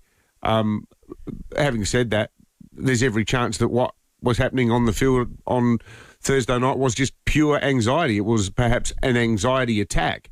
And when we read about how many young people are now being diagnosed with anxiety, maybe this was actually, forget about all the drug-related speculation or alcohol-related speculation, this was actually the first time professional sport in Australia has had a really clear look at what it's like when someone is struggling through this. And we need to have better systems in place to help them. Yeah, I take your point, and certainly every club's dealing with 4 or 5 players on the list across all 18 clubs that are under what's called a mental health program. Now, they may still be playing. Some of them might be being managed. So you're right. If you look at society, we know how common it is, particularly in the age group of AFL players. So when you say a wake-up call, I think there's been a wake-up call for some time that mental health issues occur in players and they're related to all different things. But I think at the moment speculation is the word you've used. We shouldn't be making decisions about what the diagnosis was at all until we know. Now Elijah Holland has a documented past history of dealing with some emotional struggles, so that's by his own admission. He's had a past admissions that he's had alcohol abuse by his own admission. So he was already in a group of players who were struggling with some off-field issues that were well known. In fact, he was delisted by the club and then relisted, if you know the history. But I'm not speculating about what was the cause of his bizarre behaviour, because there's been so much. It's been alcohol, it was drugs, it was mental health issue. Now, all of the above are possible. I will make the point that anxiety and panic attacks manifest a little bit differently than that behaviour. And again, we're making decisions without knowing all the facts. But his behaviour was more overstimulated. It was more sort of disorientated, but not so much. Anxiety and panic tends to make people withdraw and make them sort of really not want to be somewhere, rather than being exuberant or being over the top, if you know what I mean. But again, I'm making a diagnosis without knowing the detail. I'm just making the point that anxiety and the panic is definitely well known, as you say. But clearly, we need to work out what was going on with Elijah on Thursday night. Yeah, absolutely. Thanks for that, Dr. Peter Larkins, joining us there. Always great to get insights from someone as renowned as him. Stephen Ryan on 5AA Breakfast. Well, that was the really troubling footy story out of the weekend. There were some other cracking footy stories and some remarkable games. Both our sides featured in absolute heart stoppers. Crows end on the good side of the ledger, Port not so, but lots to talk about. Stephen Rowe, good morning. Oh, Pembo, Will, good morning. Look, Dr. Larkin said it all. I'll put a full stop to it. If Ken Hinkley copped a $20,000 fine for making an aeroplane gesture to an opposition player, what's Carlton going to get? Let's just call it the Elijah Hollands affair. Someone let someone down, or the process again has let the AFL down. Collingwood players, they all knew something was wrong, and there were 89,000 fans that are at the ground could see something's wrong, but Carlton couldn't. That's strange, isn't it? Yeah, I don't know. I'm getting a little bit sick, though, Rowie, of this sort of race to the top to see who can fine people the most for things. And I thought the Port CEO, Matthew Richardson, made some really good points the other day in the context of the Butters affair, where you've now got this quasi-legal approach to everything, where we're going to have a precedent set where you get $1,500 for suggesting an umpire's corrupt, $20,000 for impersonating an aeroplane. You get, $10,000 for going to a fancy dress party where someone's dressed up as the World Trade Centre. And now... I agree. Mismanagement of anxiety / self-medication issues is what? Yeah. Let's call it $17,300. Or maybe let's have a mature conversation that doesn't involve fining everyone for everything. Yeah, no, well said. And that's where I was heading down as well. Let's talk footy. Crows by a point. I read a stat. In the Matty Nix era, that was the Crows' 33rd game decided by a goal or less, more than any other team in that period. 11 wins, 1 draw and 21 losses. 7 games decided by a point, 3 wins, 4 losses. You know what it tells me? We're in the fight. And we're on the right side of the ledger with this one, but a little bit more class. God, what could have happened? And they're getting there because Rochelle's class, Rankin's class, Dawson wasn't there. That was a good win in the end. They kept coming. Will, you called it with me. If it wasn't for Taylor Walker, oh my God, how good was he, the big Texan? Yeah, we were talking about it earlier, Rowie, and I said it in the call. There's special moments in those special the waning parts of stars' careers where they can just turn back the clock for little periods and remind you of the great player they were, and he did it on Saturday night.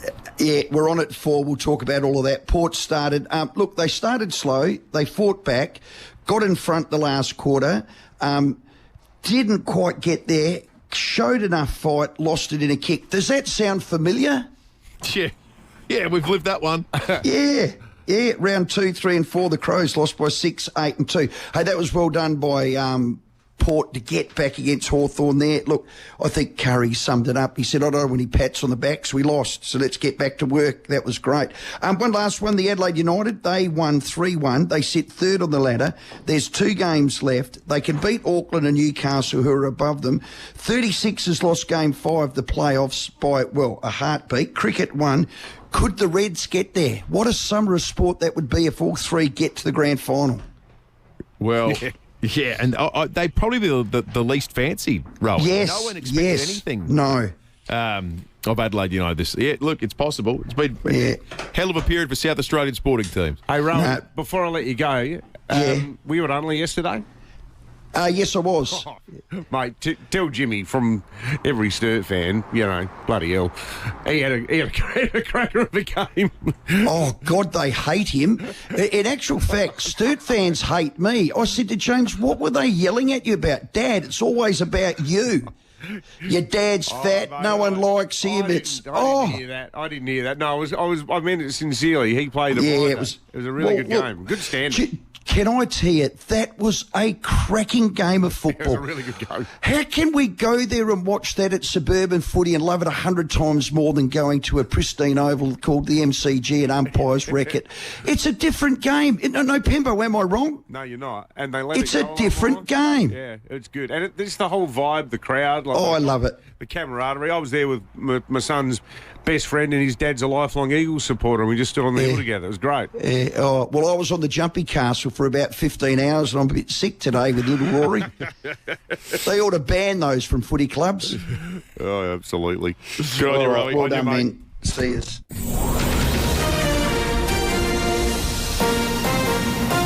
This is 5AA News. Always Adelaide. Cloud clearing 24 today with the 7:30 news. Good morning. I'm Matthew Pantelis. Physio Extra, keeping you healthy. Marion, Pirie Street, Norwood, Hallett Cove, Seaford and Victor Harbour. PhysioExtra.com. 2 new opinion polls show a shift back to major parties as the Iran war weighs on voters' minds.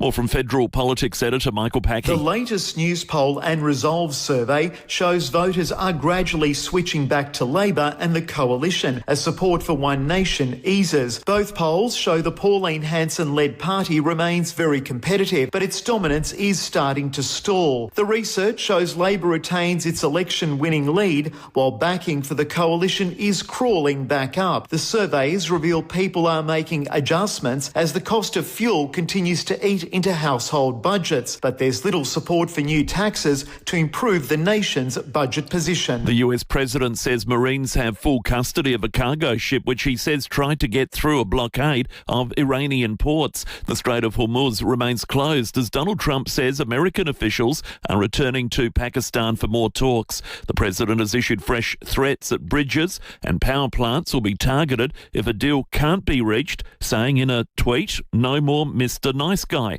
Strategic Analysis Australia Director Michael Shoebridge says time is running out to reach a resolution before the current ceasefire expires. The Iranians are saying, well, because the Americans didn't lift their blockade, then the Americans broke the terms of the ceasefire, and that's why they closed the strait. But we're on an escalating path at this point. Passengers at Adelaide Airport have faced massive queues this morning after another issue with the baggage handling system. Abby Smith from 10 News is there. The airport have told us that, there was this IT sort of processing issue.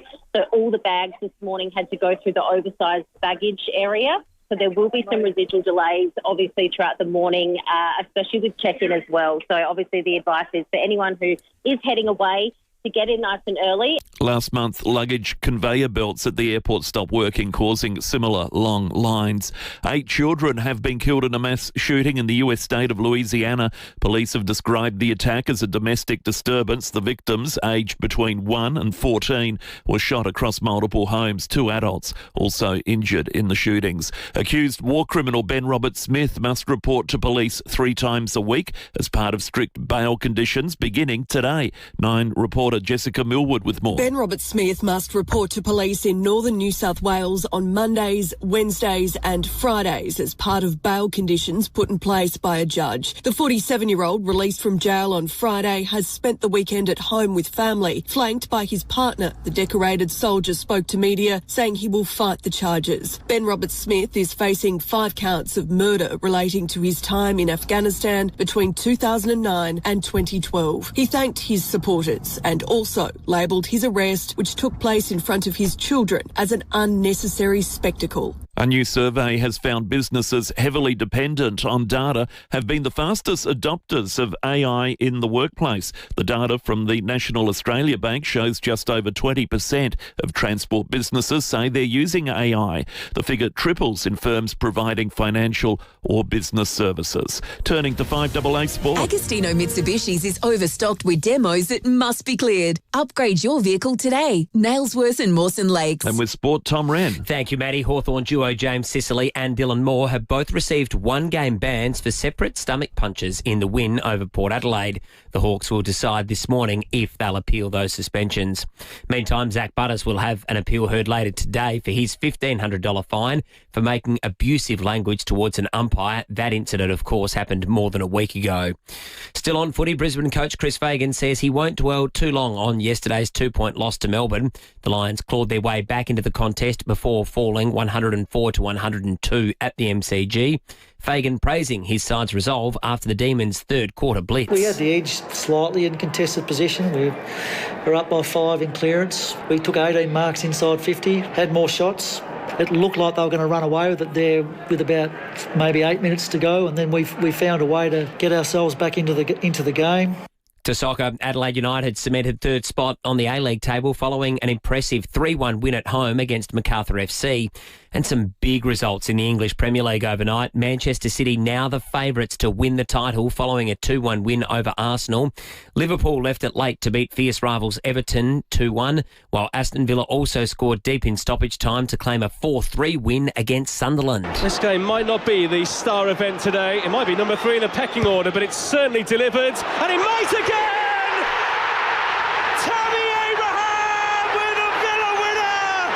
Yeah, amazing stuff. Audio thanks to Stan Sport. And Nottingham Forest has gone a long way to guaranteeing its survival after a 4-1 belting of Burnley. And in some golf news to finish, Matt Fitzpatrick and Scotty Scheffler are headed for a playoff after finishing at 18 under par. That's after the final round of the RBC Heritage Tournament in South Carolina.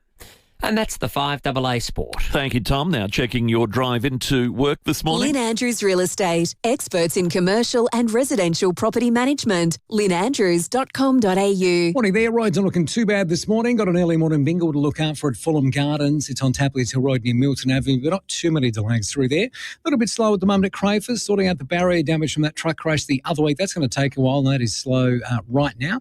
And we're getting busy as we speak to South Road at Edwardstown. Early morning cameras, Ashwin Parade, Torranceville and Trimmer Parade at Seaton. CommBank get fast loan approvals from Australia's largest home lender. Search CommBank Home Loan Specialist, credit approval, eligibility and conditions apply. Adelaide's most accurate traffic on 5AA. Cloud clearing today, 24, sunny 28 tomorrow, partly cloudy Wednesday 26 and sunny 28 for Thursday. Currently almost 17, 5AA, always Adelaide. Hi, it's Eddie May here from NRG Solar. If you've had solar on your roof for 10 years, you would understand the big feed-in tariffs have pretty much disappeared. That's why NRG Solar will tell you the best way forward is to combine your existing or new solar system with battery storage. Storing the excess energy your solar makes during the day to use it at night is a game changer. NRG Solar helps you upgrade smarter with solutions designed to target zero power bills. Visit nrgsolar.com.au. Follow your AFL team across the country with the AFL Travel.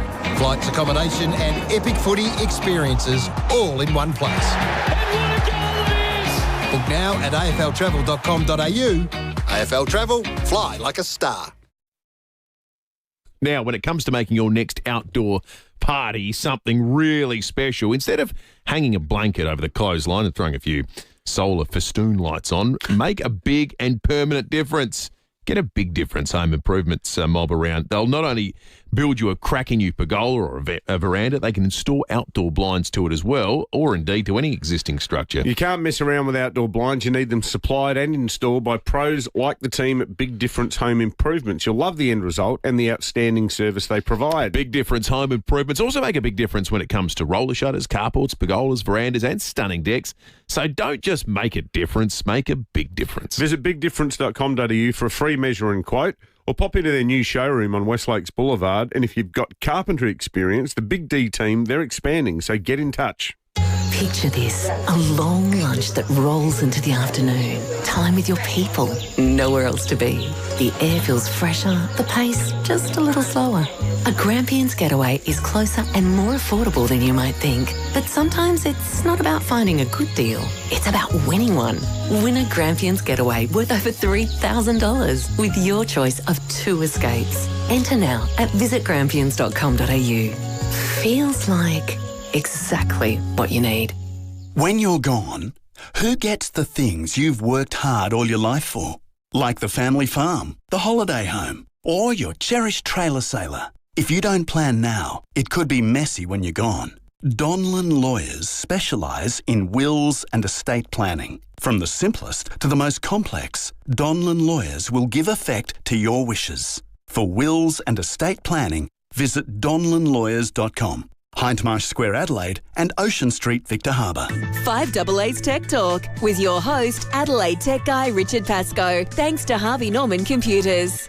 All right, if you've been thinking about upgrading your laptop, now's actually a very smart time to do it. Harvey Norman has up to 25% off selected big brand laptops, and there are some genuinely strong deals in there. For example, the Acer Aspire Go with an Intel Core 5 processor is down to $628. That's a $270 saving. The Lenovo IdeaPad Slim 3 Copilot Plus is $998, saving you $400. And the HP OmniBook X Flip 14, a really versatile 2-in-1, now $1,498, save $400. So whether it's work, study or just something faster and more reliable, it's worth a look. Best range, best brands, best prices, up to 25% off selected laptops at Harvey Norman now. Conditions apply. Check out this great offer at a Harvey Norman store near you.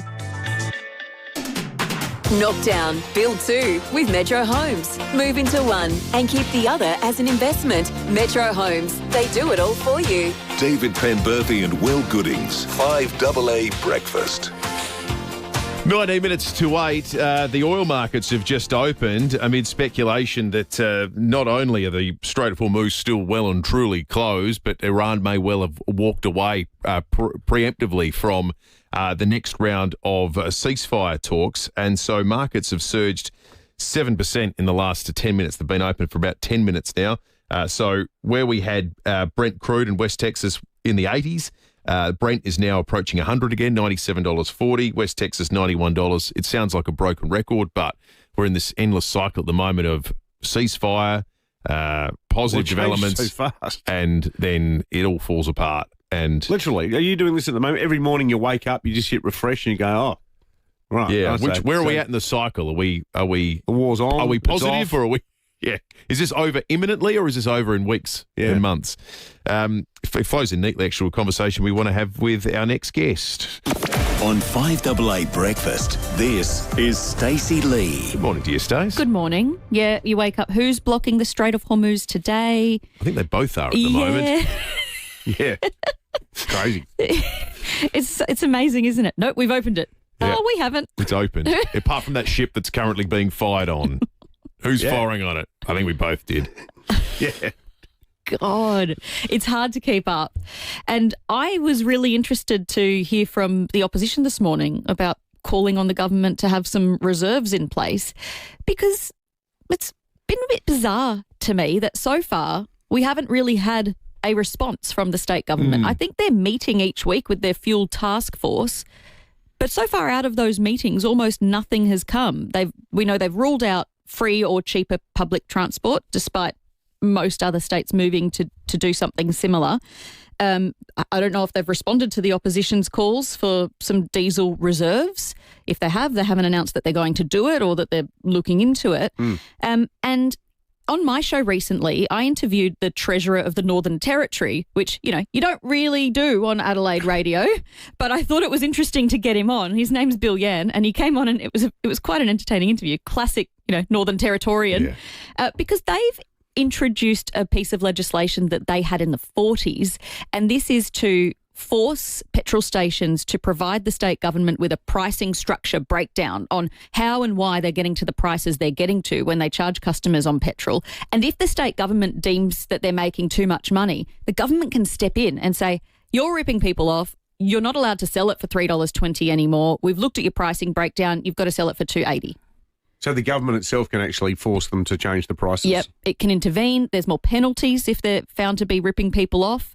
And when I reached out to our state government to say, hey, I've just spoken to Bill Yan in the Northern Territory about this. Are we looking at anything similar? We got a statement back that seemed a little bit classic state government, slightly passive-aggressive and defending themselves, as they do, basically saying, we don't want to comment on what anyone else is doing. Here's what we've done. And the list of what they've done so far, in my mind, was almost nothing.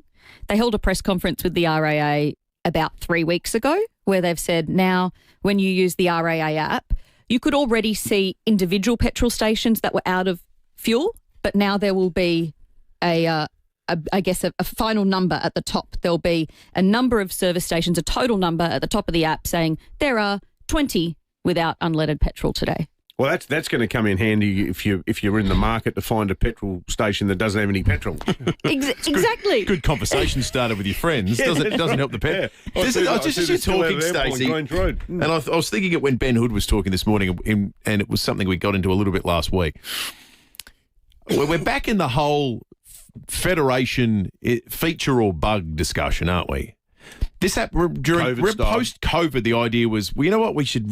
Let's take this as a learning that what we're not going to do is have every state do its own thing, because that was, as it turned out, we had Danistan and we had other states, and WA always love doing their own thing. If there's ever an opportunity to do your own thing, WA are going to try and pursue it. They're going to build a wall, and they've done it again. They're the first to go out there and say we're going to have our own diesel stockpile.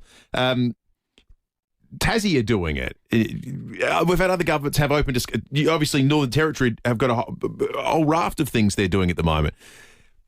It's just COVID 2.0, isn't it? Mm-hmm. We've learnt nothing from it. But the difference is, I think people now have a slightly different attitude to their own individual terms of patriotism. And, we talk about nationalism and how popular that Trump and the MAGA movement have made it. And now in Australia, this idea of we should be proud to be Australians. And of course, we should all be proud to be Australians. So then when your state leader gets up and says, we're protecting ourselves, it gives you a bit of a sense of... We're going to drill. Yeah, we're going to drill, baby, drill. Or we're going to have our own diesel reserves. It gives people a reason to say, we're looking after ourselves and stuff the rest of you. And not that I necessarily buy into that way of thinking. I think it might be good politics, though. It's good politics. Yeah. It's good politics to have South Australians have some peace of mind that we have leaders looking after us.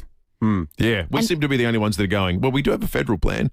We're just going to do the federal plan. And does anyone at the moment, even Labor voters in South Australia, do you think that every Labor voter in South Australia looks to the Prime Minister and says, okay, I'm confident in Anthony Albanese and Chris Bowen's ability to get us through this? Yeah, polling would suggest otherwise. So I would have thought it would be smart for the state government to at least stand up and say, this is what we're planning on doing. When Parliament resumes, we might look at legislation, or we have this plan. We'll look at diesel reserves. We will look at a piece of legislation to get the price structure breakdown from petrol, something, anything. The only response we've had is to have a ticker number at the top of the RAA up to tell us how many stations don't have fuel, which helps absolutely no one. More broadly, though, in the happy afterglow for Labor, watching the Conservative vote split in half and hand them a second term on a plate, you would hope that this isn't a sign that the biggest threat, in a weird way, to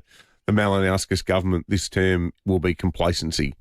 And it will be hard for them to maintain the sense that they've got somebody breathing down the back of their neck. And that's why I actually thought it was good to have Ben Hood on the show this morning, and good to see Ashton Hearn over the weekend firing up on this issue, because, you could understand, because it had been pretty quiet for a while, the opposition over the last few weeks. And I know they've been sorting out their internal structure. And I mean, you know, we still only really got the final election result on Friday after the discovery of that box of votes.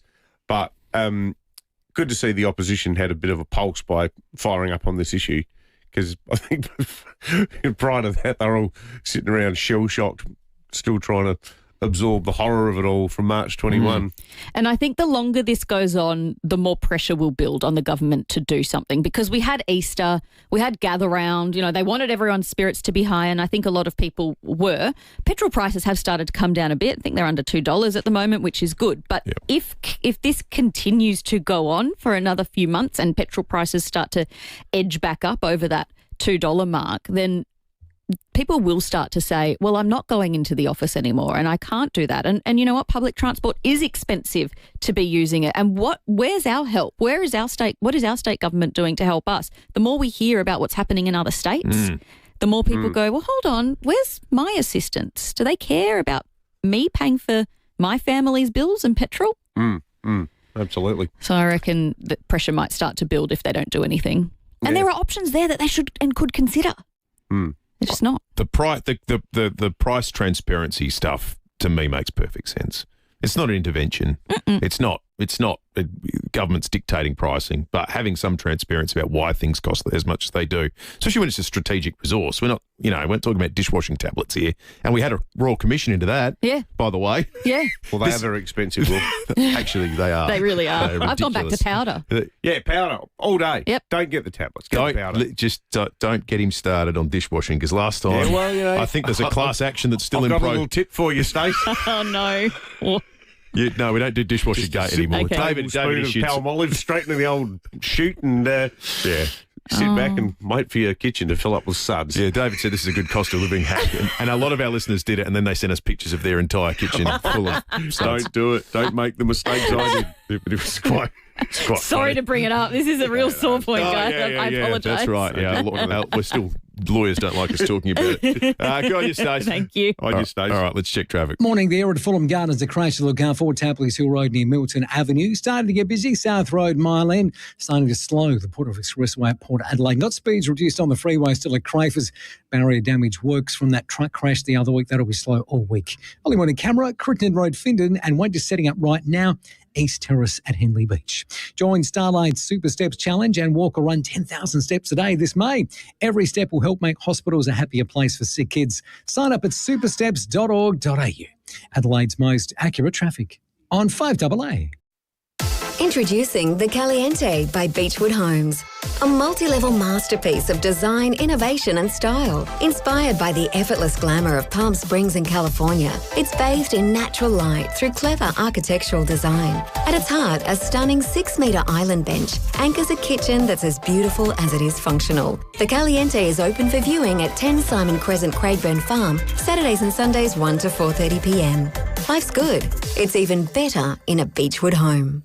If you're after legendary reliability and safety, get a Toyota forklift. Yep, Toyota is still the world's #1 forklift brand, famous across just about every industry for their reliability and safety. That's the Toyota Forklift Advantage. And with great electric options and branches all over the country, find the right Toyota forklift for you at toyotamaterialhandling.com.au. Don't just get a forklift, get a Toyota forklift. 50 scorching summers, 50 freezing winters, and only one Morford Air helped us through it all. Adelaide's own homegrown family air conditioning company, Morford Air, has kept South Australians cool and warm for over 50 years. That's half a century of comfort. So when it's too hot or cold to bear, reach for the Morford Air. morfordair.com.au. Morford. Whatever your morning looks like, own it with Up and Go Liquid Breakfast. Braving the bus or carving a wave, battling rush hour or feeling the rush of your favourite trail. Fueled with the protein, fibre and vitamins you need to get up and go.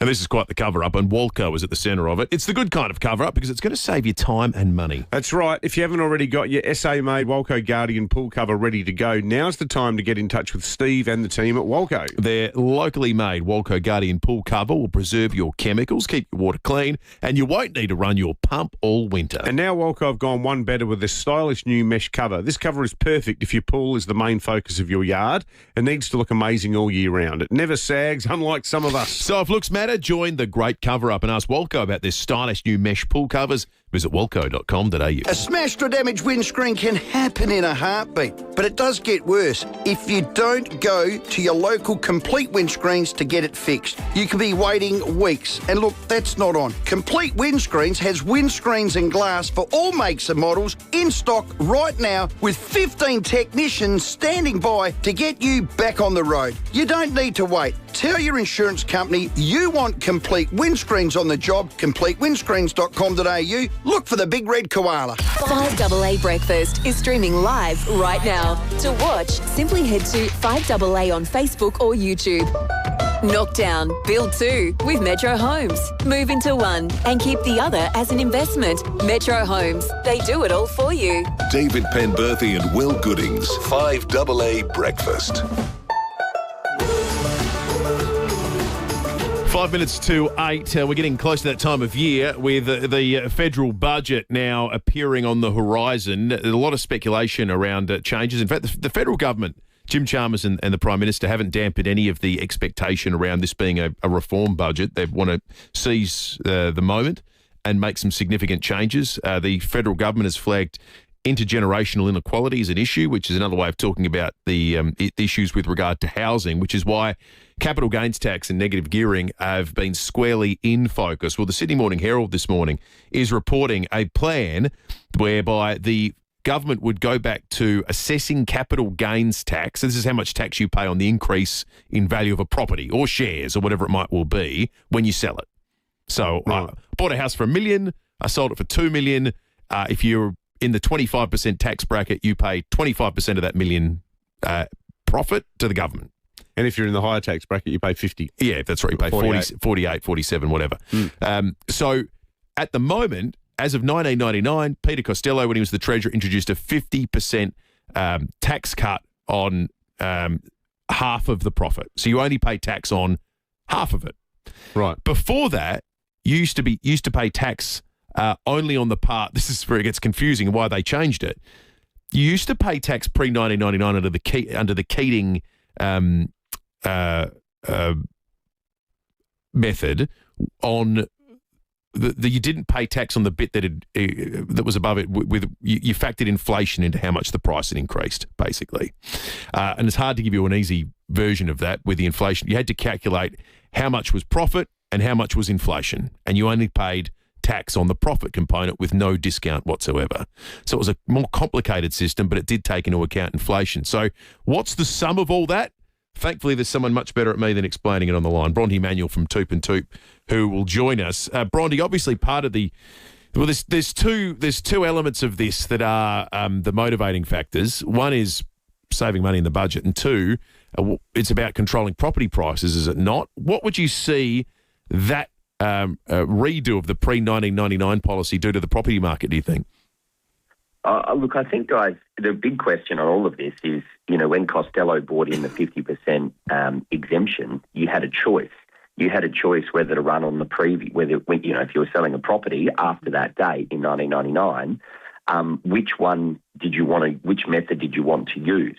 Now, if they use the same methodology and they say you can use the current method or the old method, well, I think everybody's going to use the old method and no one's going to sell their houses.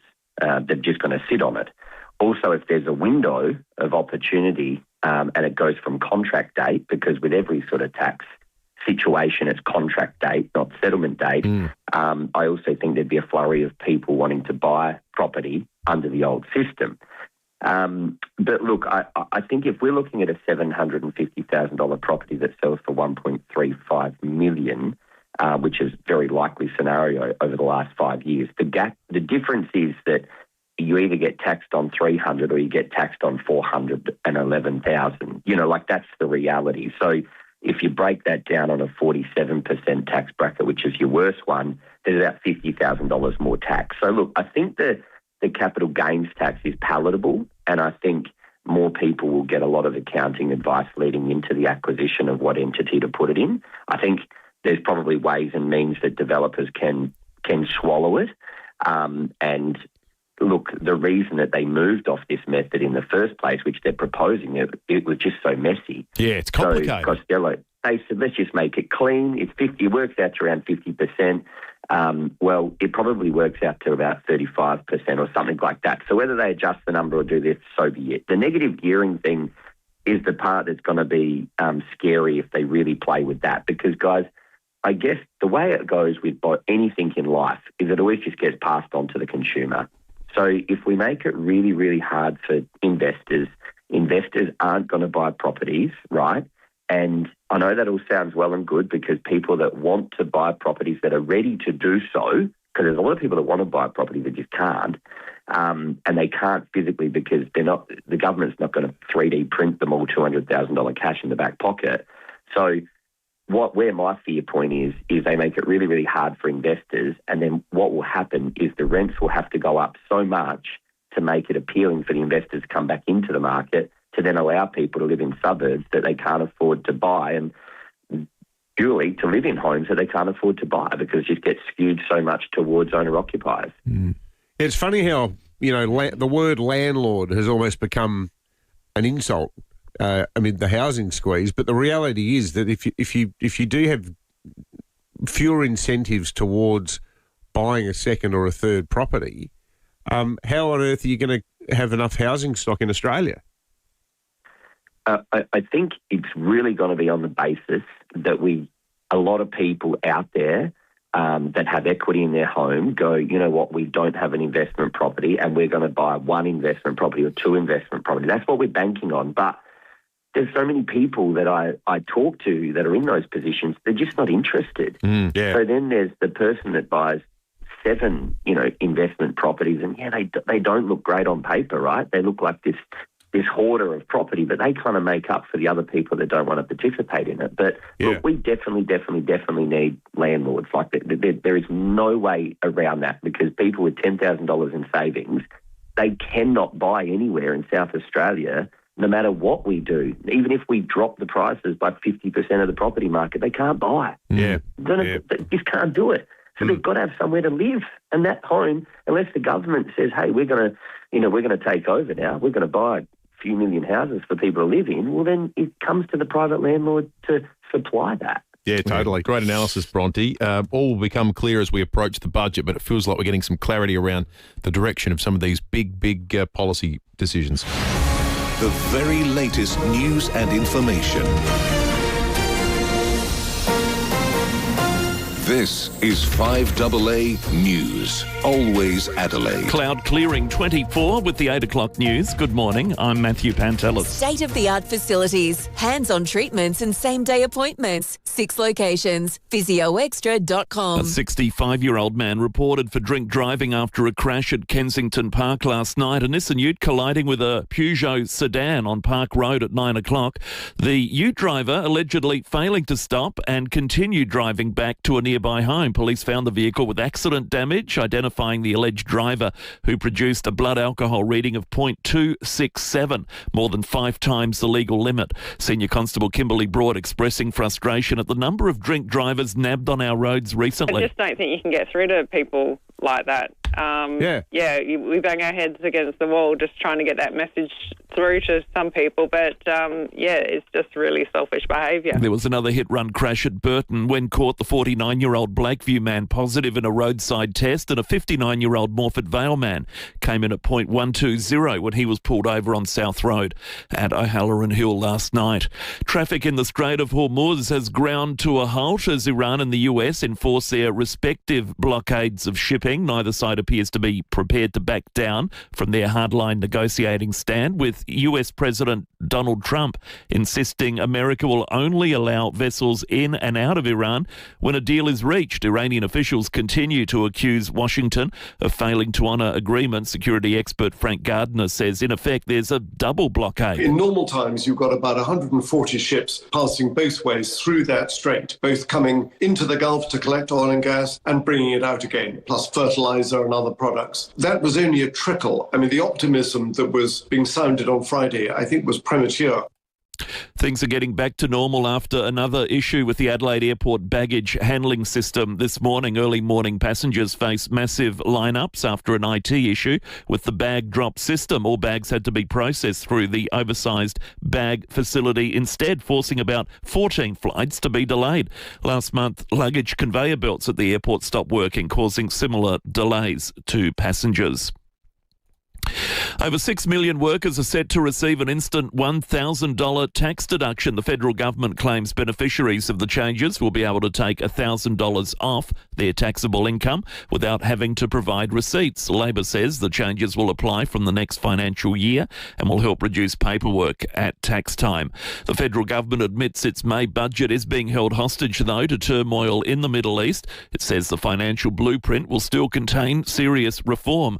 The Treasurer has just returned from Washington following a series of high-level talks with global counterparts. Jim Chalmers flagging changes to property taxes, likely to see some concessions on investment property reined in. Industry groups, meantime, are calling for a cut to compliance costs ahead of the May budget as the Iranian war continues to wreak havoc on the economy. Federal politics reporter Nelson Scott with more. The Alliance of Industry Bodies are calling for a 25% reduction in red tape by 2030, arguing it will ease cost of living pressures. The groups claim unnecessary regulation is costing the economy more than the federal government spends on Medicare and school education combined. The groups are calling for the elimination of inconsistent rules across different jurisdictions to reduce costs for consumers and businesses. In a statement, Treasurer Jim Chalmers says cutting red tape and slashing compliance costs will be an important focus of the May budget. And frightening vision has emerged of a schoolboy being dragged 350 metres by a school bus after becoming trapped in the centre door. It happened last month. Vision showing the 12-year-old, his right arm and school bag in the door as the driver leaves a bus stop. The bus eventually stopped down the road, his mother calling for the bus company to take accountability. Turning to 5AA Sport. Agostino Mitsubishi's is overstocked with demos that must be cleared. Upgrade your vehicle today. Nailsworth and Mawson Lakes. Here's Tom Wren. Thank you, Maddie. It's back to work for the Crows and Port Adelaide as they look ahead to their round 7 matches or 8 matches this weekend. Adelaide's a chance to regain Jake Saligo, while Jordan Dawson may also return for the match against Brisbane on Sunday. Port Adelaide's players will also recover this morning at Alberton as they start preparing for Saturday's home clash against Geelong. The Power will appeal Zach Butter's umpire abuse charge, with that appeal to be held late this afternoon. And 3 games to wrap up the round yesterday, with Melbourne, North Melbourne and Fremantle all winning. Let's get to soccer. Adelaide United's unbeaten run is now up to 9 games. Following a 3-1 win at home against Macarthur FC, the Reds are third with 1 game to play before the finals.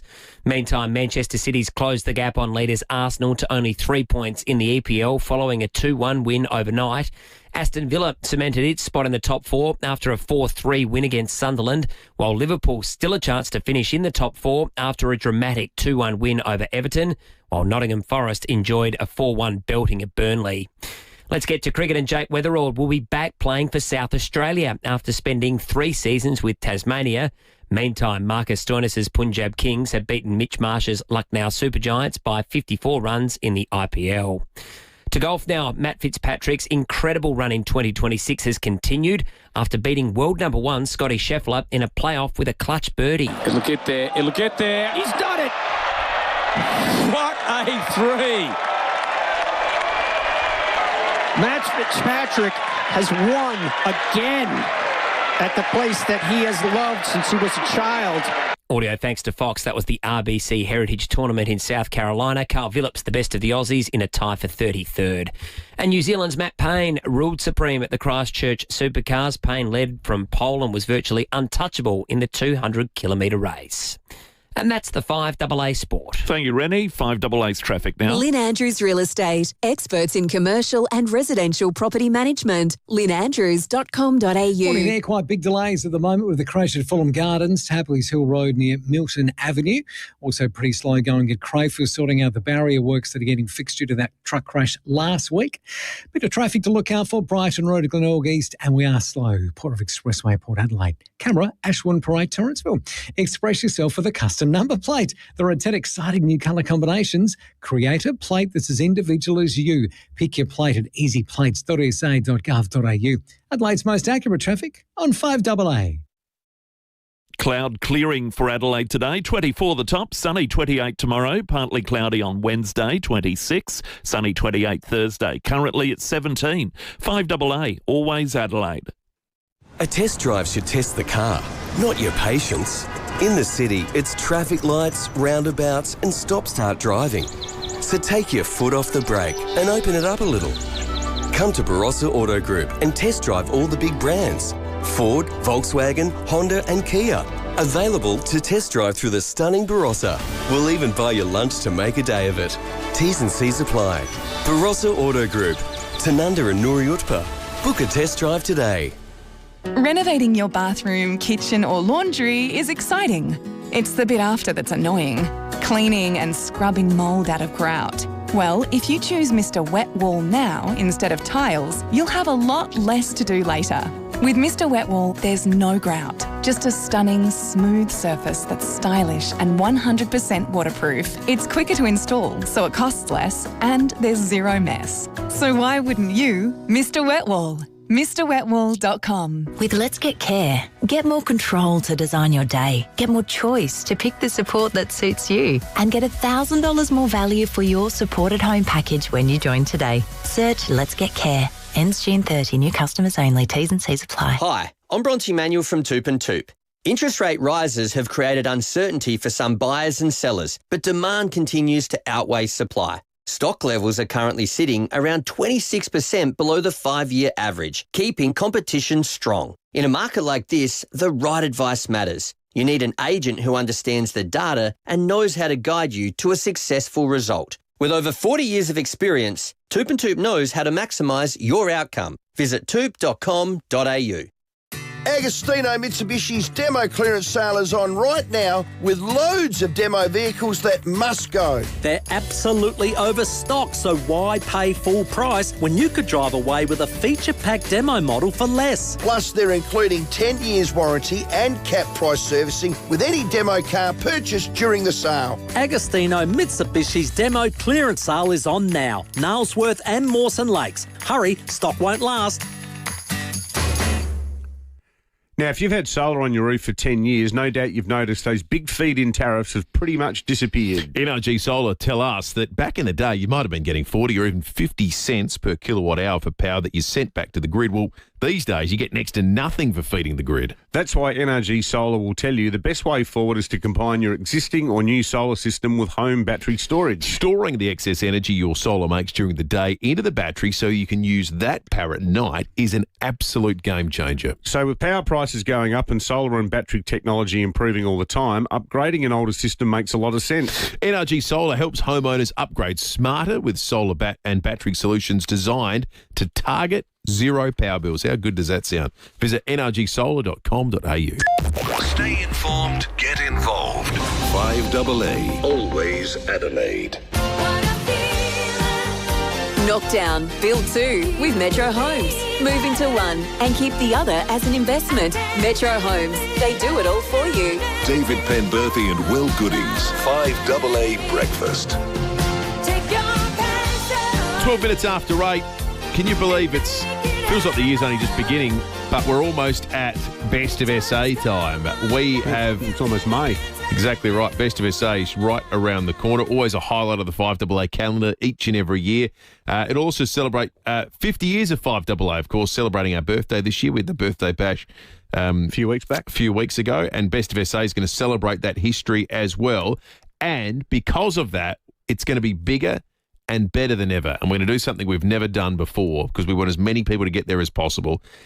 You have the opportunity to purchase tickets this time around. So we'll certainly have tickets to give away and so forth. And really? Our business are going to be there. But for the very first time, there will be the opportunity to purchase tickets to get along to Best of SA.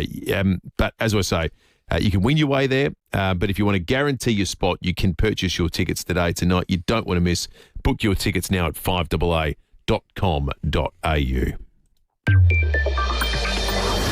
Well, yesterday afternoon, former SAS soldier Ben Roberts-Smith broke his silence to come out and issue a fiery statement in which he slammed the AFP over their decision to arrest him publicly in front of his family. He said it was an unnecessary spectacle, and he also vowed to fight the war crime charges that have been laid against him. I understand this journey will be long. I understand this journey will be difficult. But I can promise everybody that I have never run from a fight in my life. I will never give up, and I will always be in the fight. Well, there's going to be some huge legal issues at the centre of this case, and we wanted to devote some time today as part of Breaking at 8 to getting to the bottom of them. We're joined by ANU Professor of International Law, Don Rothwell. Professor Rothwell, good morning, and thank you so much for your time. This really is a case in the modern era in Australia that has no precedent. Is that a fair thing to say? Very much so. Look, Australia's war crimes trial history remarkably really goes back to a series of war crimes held following World War II, where Australian prosecutors were commencing war crimes trials against Japanese officers at the time. So in terms of a former member of the Australian Defence Force being charged and prosecuted with war crimes in the modern era, there really is no precedent. It needs to be observed, of course, that Oliver Schultz has also been charged with war crime murder. Those charges were laid in 2023, and his case is expected to go before the courts in early 2027. How does a war crimes murder charge differ from a normal murder charge, and how do the court processes differ, and the tensions around evidence and presumption of innocence, all those sorts of normal tenets of a murder trial differ? Yeah.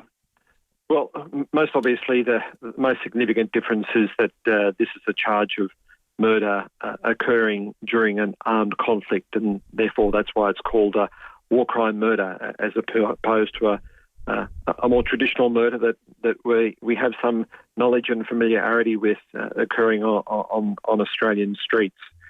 But in terms of the challenges, in addition to the fact that there's no precedent for this in modern time, of course this is an alleged act that occurred in Afghanistan. It occurred during an armed conflict, and the allegations relate back to events that occurred in April 2009 and September, October 2012. So they're historical in nature.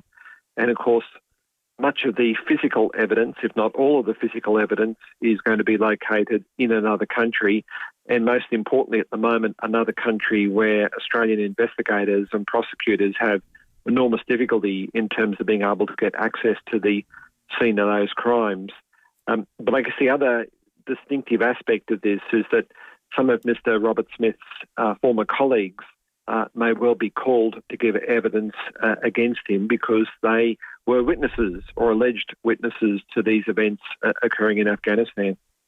Well, I was going to ask about that, Professor Rothwell, because yes, I mean it's not like the Taliban control Afghanistan is going to say, yeah, sure, you know, you can send in your investigative team, you can have access to the site where these all of these alleged atrocities took place.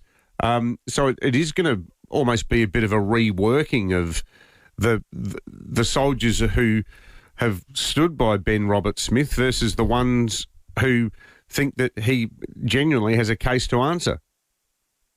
Yes, very much so. And indeed, revelations came out on Friday that a number of Mr. Roberts-Smith's compatriots in arms in Afghanistan have been given immunity from prosecution on the basis that they will no doubt be called as witnesses to give evidence in this particular matter. So the evidence that will be given by former ADF members against Ben Roberts-Smith will be quite critical in terms of the prosecution case here. Do you know which case actually he is going to hear the trial, Professor Rothwell? Which court? So this will be held before an Australian court and held before a jury. And so that's an important point to note, because international war crimes trials that are conducted, for example, at the International Criminal Court in The Hague, are conducted before a panel of judges. This will be a jury trial, and that will be another distinctive aspect of it. Of course, the criminal standard that applies in this matter, as indeed it does in all criminal matters before Australian courts, is that of beyond reasonable doubt. So that's another high hurdle that the prosecutors will need to meet, especially given the evidentiary challenges that we've spoken about. So it's a jury of ordinary citizens or a jury of ex-soldiers? No, a jury of citizens. So Mr. Robert Smith's peers and citizens in the community. So no specially impanelled members of the public will be called in this particular matter. And there needs to be a very clear distinction between this type of process and internal ADF disciplinary processes that we might be familiar with in, say, a court-martial.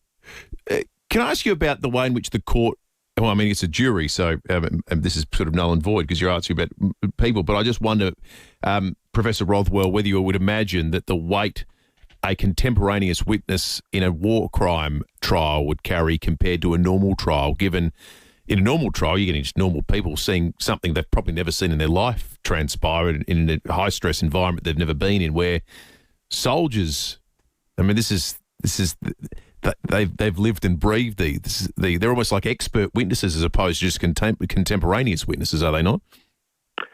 Yeah, look, I think that's an interesting observation, and of course ADF members, especially on deployment, are trained to debrief in terms of their day's encounters and their operations. So they're very familiar with some of these processes in terms of giving a form of evidence to their commanding officers. But yes, that will raise an interesting dimension. But I think we really need to stress that we are really entering quite uncharted waters here in terms of a war crimes prosecution in Australia. And these will be matters that will test both the prosecution and Mr. Robert Smith's defence team.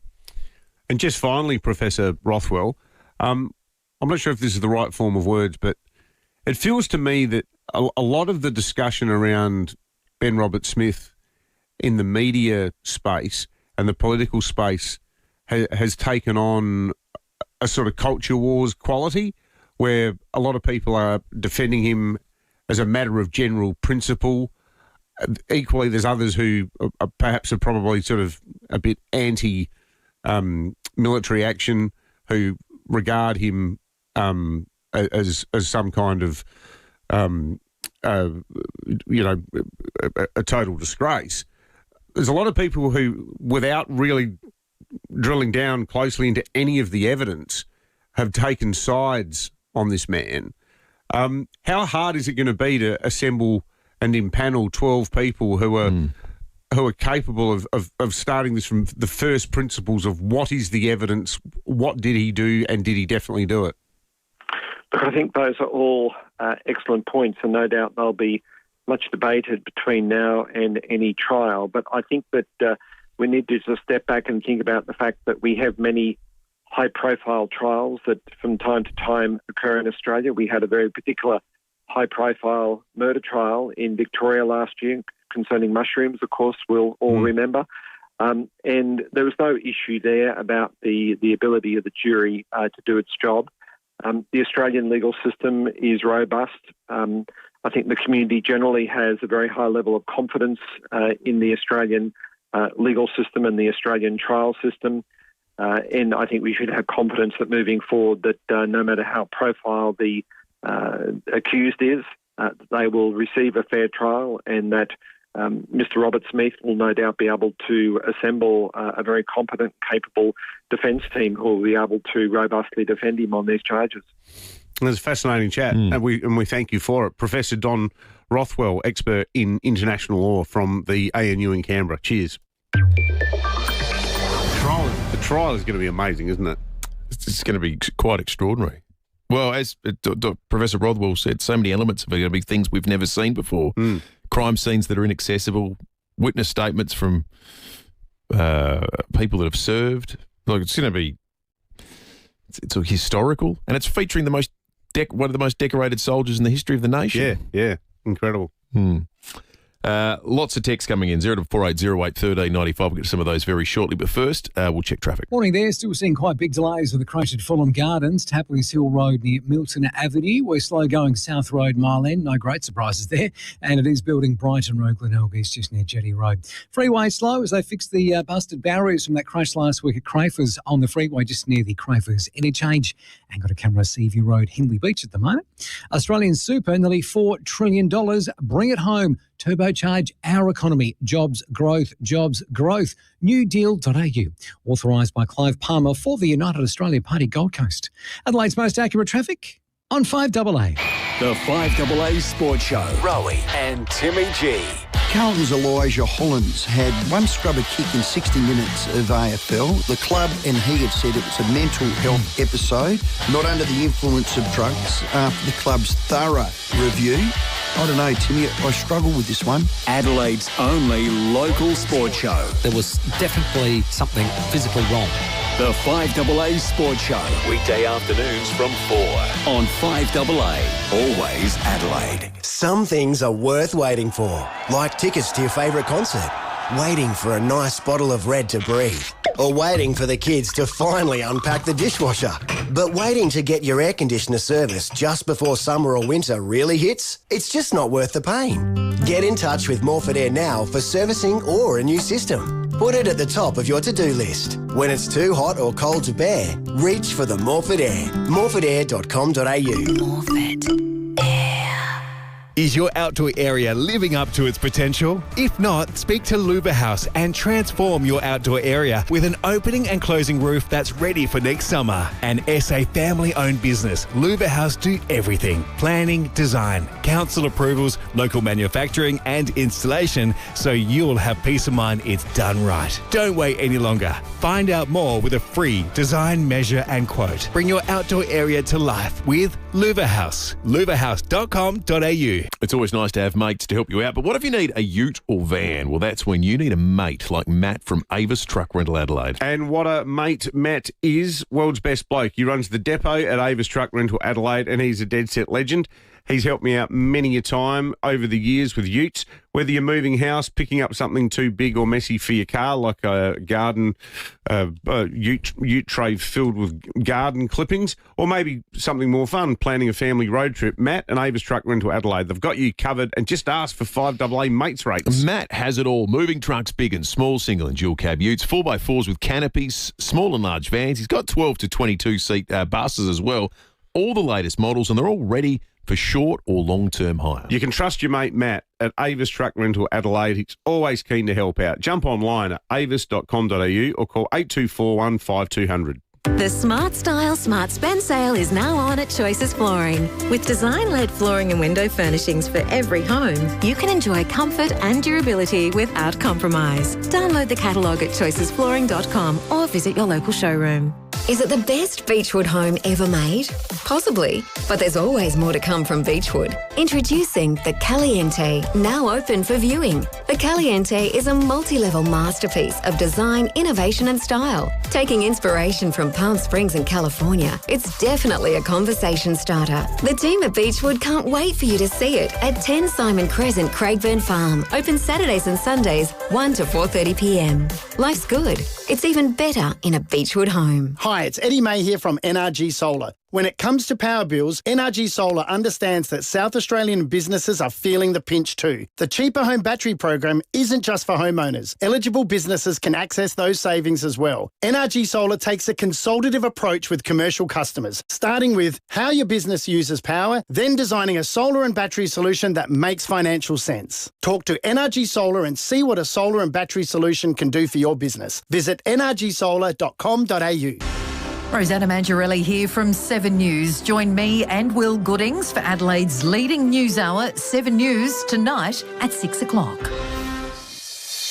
Knock down, build 2 with Metro Homes. Move into one and keep the other as an investment. Metro Homes, they do it all for you. David Penberthy and Will Goodings, 5AA Breakfast. 27 after 8, it's the 20th of April. It is Anzac Day this Saturday. Brad Flaherty is the RSL SA president and joins us on 5AA Breakfast. Brad, Good morning to you. Do you find any discernible difference in Anzac Day dawn service patronage when it falls on a weekend compared to a public holiday? No, not really. Not in the past. I don't believe I have it. It's about the day. We're commemorating the day, the particular date of the 25th of April, which was the first landing on Gallipoli. So it doesn't matter what day it is. It shouldn't make any difference. Yeah, and we thought too, Brad, that debate about, we should get a public holiday to make up for it sort of misses the point. You know, it's not about a holiday so we can all sit around bludging and doing nothing. It's meant to be about reflecting on the services of, going back through many theatres of war, all the bravery and dedication of our servicemen and servicewomen. Well, yeah, you're spot on. The key element here is it's a commemoration about all of our service people that have not only served but have actually given their lives for the country. So that's where the focus should be. I mean, you can talk about state-based productivity and all sorts of things about having extra public holidays, but that goes back into the background when you're actually looking at what we're focusing on, which is the commemoration itself and the particular date. How many World War II diggers do we still have in SA? Oh, there's not too many left. I was talking with Tara Belton, the Chief Executive Officer, and she says that there's actually 14 World War II veterans are going to be in the march. I'm not sure that they're going to be walking or marching, but we've got 14 participants, which is amazing because most of them are way over 100. Yeah, that is extraordinary. Incredible. And what's the sort of... I must admit, like, I saw down in Aldinga, they've got a new war memorial there. It's only been there for a couple of years, just near the public high school. Do you like to sort of... I suppose you probably, as the RSL president, do you have to go to the Kintor Avenue one, Brad, or do you like to get around to some of the smaller ones too? I'm pretty well locked into working with the governor in Adelaide. Yeah. But there's a lot of suburban RSLs that are putting on commemorations all around Adelaide and the state. Port Lincoln has one, Ceduna has one. I know the Riverland has theirs at all the different sub-branches up there. And all through Adelaide itself, Glenelg, Plimpton, down at Glenelg, there's one there. There's another one at Brighton that I'm aware of. They're all over the place, Gawler, the whole lot. So if you don't feel the need to come into the city, there's plenty of suburban and regional areas that are conducting their own services. Yeah, yeah. Well, good on you, Brad. We'll do more on this later in the week ahead of Anzac Day. Brad Flaherty, the state president of the RSL. Thank you, mate. 5AA Breakfast is streaming live right now. To watch, simply head to 5AA on Facebook or YouTube.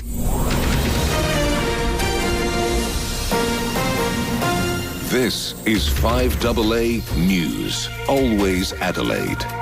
Cloud clearing today, 24 with the 8:30 news. Good morning, I'm Matthew Pantelis. Physio Extra, keeping you healthy. Marion, Pirie Street, Norwood, Hallett Cove, Seaford and Victor Harbour. PhysioExtra.com. US President Donald Trump has again warned it will destroy all of Iran's energy plants if a long-term ceasefire deal is not reached. A team of US negotiators are making their way to Pakistan for more talks. Energy expert Professor Rob Perrins says targeting energy infrastructure in Iran remains a major target in this conflict.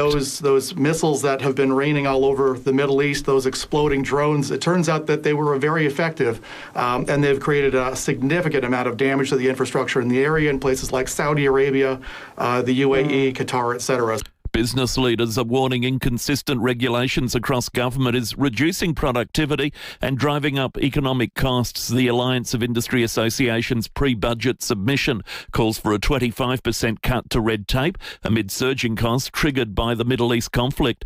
Business Council of Australia CEO Brand Black says excessive red tape makes it hard to keep supply chains moving. Cost burden on business is now estimated to be $160 billion each and every year. That's about 6% of GDP. It's well past time that we had a target and that we did something about it.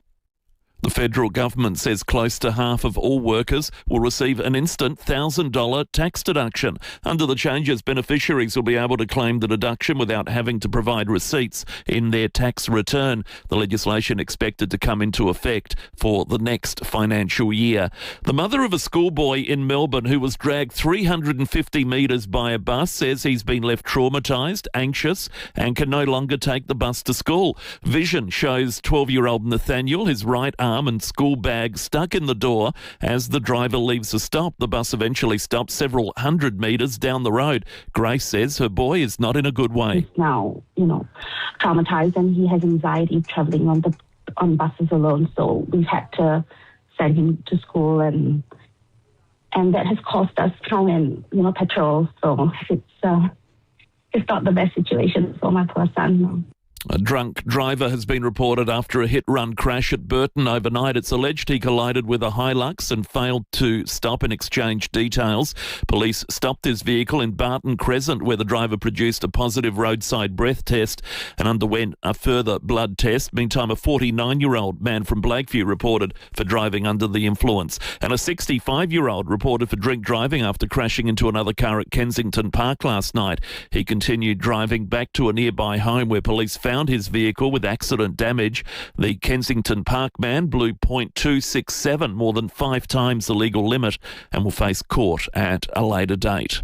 Former SAS soldier Ben Robert Smith says he plans to fight the 5 war crime charges laid against him. The 47-year-old using his first public statement since being released on bail to declare his innocence, vowing to use the case to finally clear his name. Speaking with reporters, he also thanked his supporters. I'd like to thank my partner Sarah, my beautiful daughters, my mother and father, and all of Sarah's family for their unwavering support. I'd also like to take this opportunity to thank the millions of Australians who have reached out to me publicly and privately to offer their support. New sexual activity rules are in place for Australians wanting to donate blood. All donors will now be asked gender-neutral questions in an overhaul aimed at expanding accessibility to LGBTQ people. Lifeblood's Gemma Falkenmeyer says it's expected to boost donations up to 20,000 every year. It's important for us to be as inclusive as possible with blood donation rules, and the evidence and research supports that it's now safe to make this change.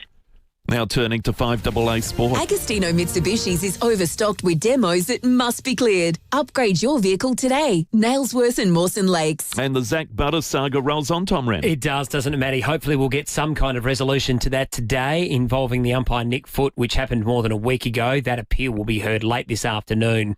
Still on footy, Melbourne coach Stephen King says he took ownership of the Demons' loss to Essendon last week before stunning the reigning premiers Brisbane at the MCG. King's men coming from behind at half-time before recording a thrilling 2-point victory to move into the top 8. Forward Bailey Fritsch, who booted 2 goals, says the coach deserves all the praise. When Kingy first came in on his first day, he said, I don't care if we win or lose, I want to stay level as a footy club. And I think we've seen that last week. We obviously had a disappointing result, but we come in and took some great learnings throughout the week, and I think we implemented them today. 2 other games yesterday. North Melbourne's great start to the season's continued after smashing Richmond by 75 points, while Fremantle was too good for West Coast, winning the Derby out west by 56 points. Let's go to soccer. Adelaide United's charge towards the finals has continued after they had a 3-1 win over Macarthur FC.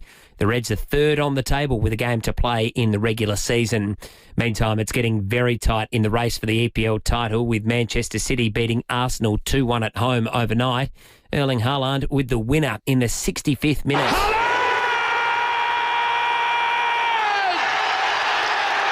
Manchester City have trailed Arsenal in the table for so long this season. Is this Resurrection Day?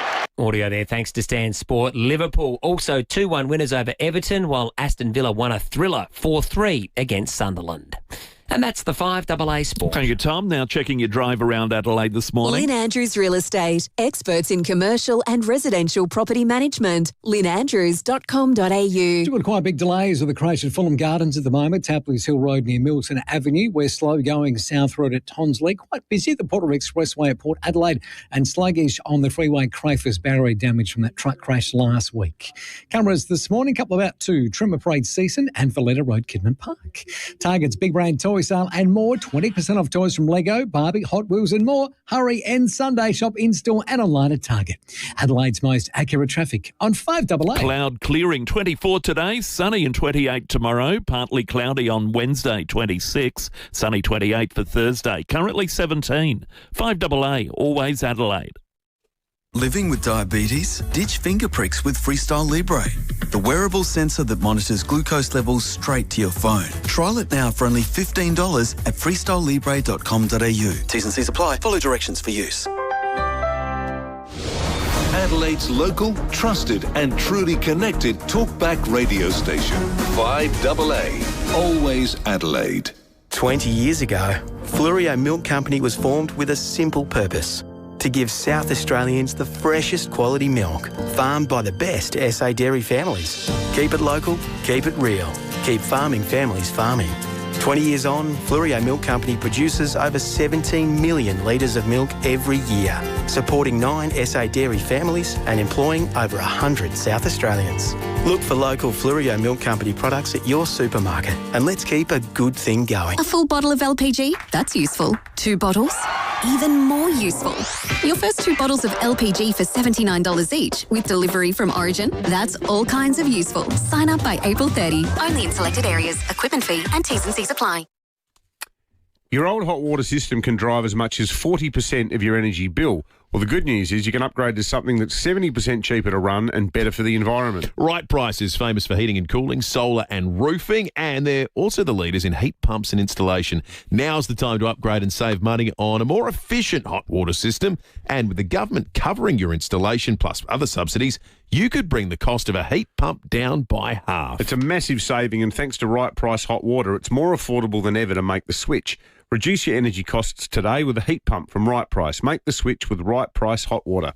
You can rent a little, you can rent a lot. You can rely on Red Spot to keep Aussie airport rentals fair. We're the only car rental company who have kept our prices low during the fuel crisis. And we're the only Aussie-owned and operated choice in major airport terminals all over the country. Experience the local service that saw us named Product Review's 2026 Car Hire Service of the Year. For a deal you can rely on, book your next rental direct at redspot.com.au today or call 1300 66 8810. Red Spot.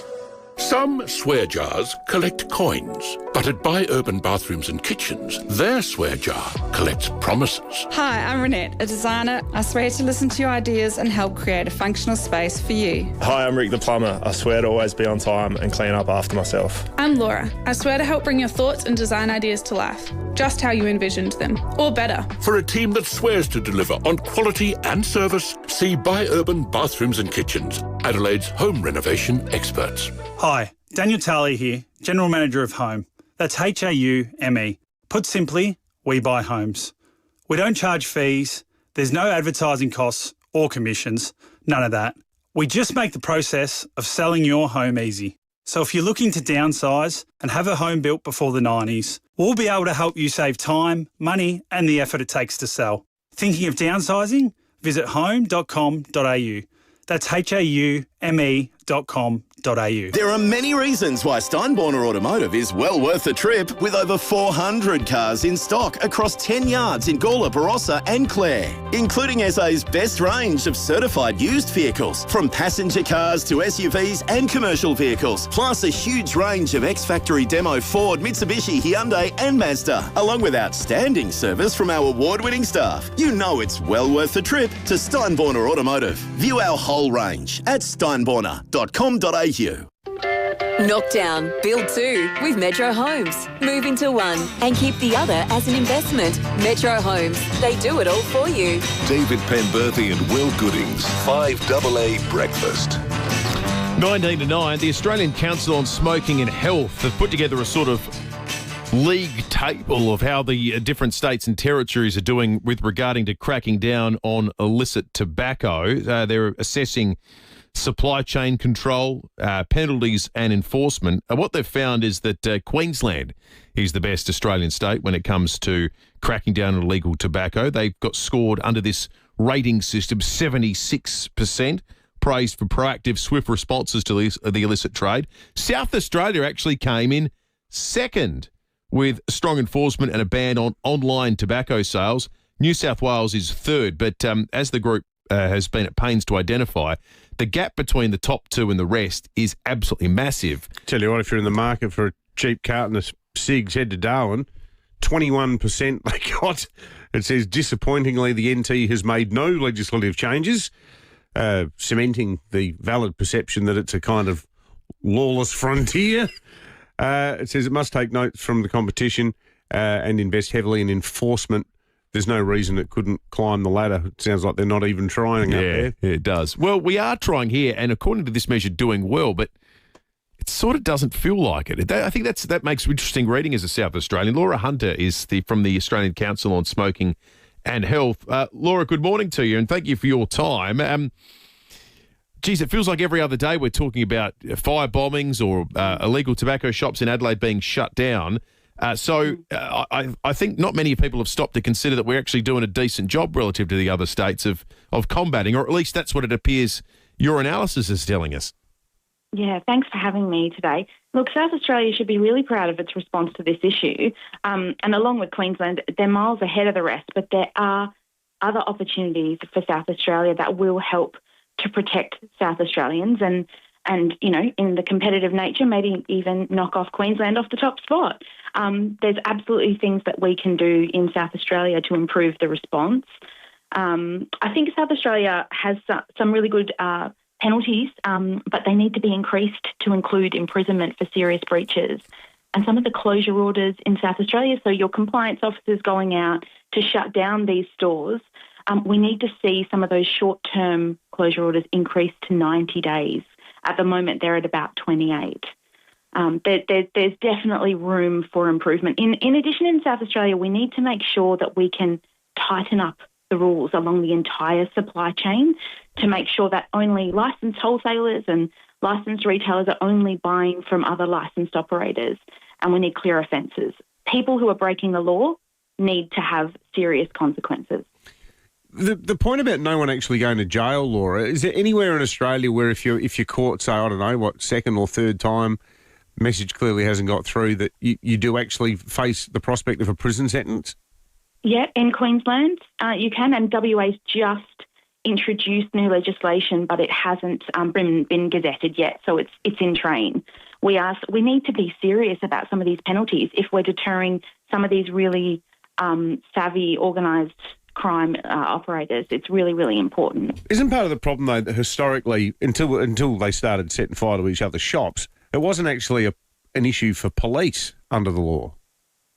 I think South Australia's taken a really, really strong approach in that. They've got the consumer business group kind of pulling together police, pulling together health compliance and working together, which has strengthened South Australia's approach. Because at the end of the day, this issue, it's hurting communities around the country, it's fueling violence, and it also makes cheap tobacco available on most street corners around the country.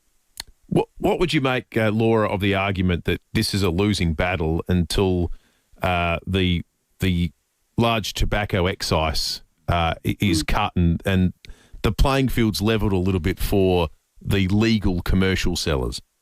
Yeah, so that's a really interesting point.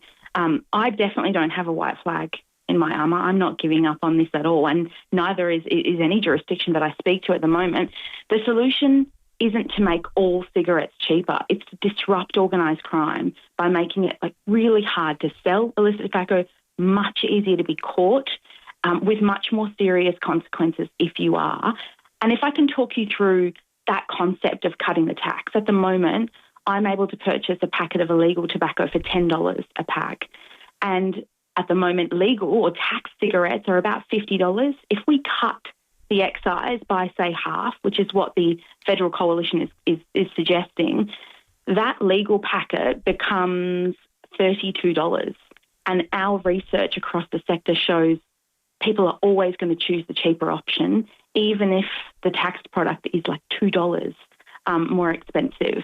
So that's not going to get us anywhere in tackling the illicit trade. We need eyes on enforcement. We need boots on the ground, people walking the streets able to shut down stores doing the wrong thing for a longer time.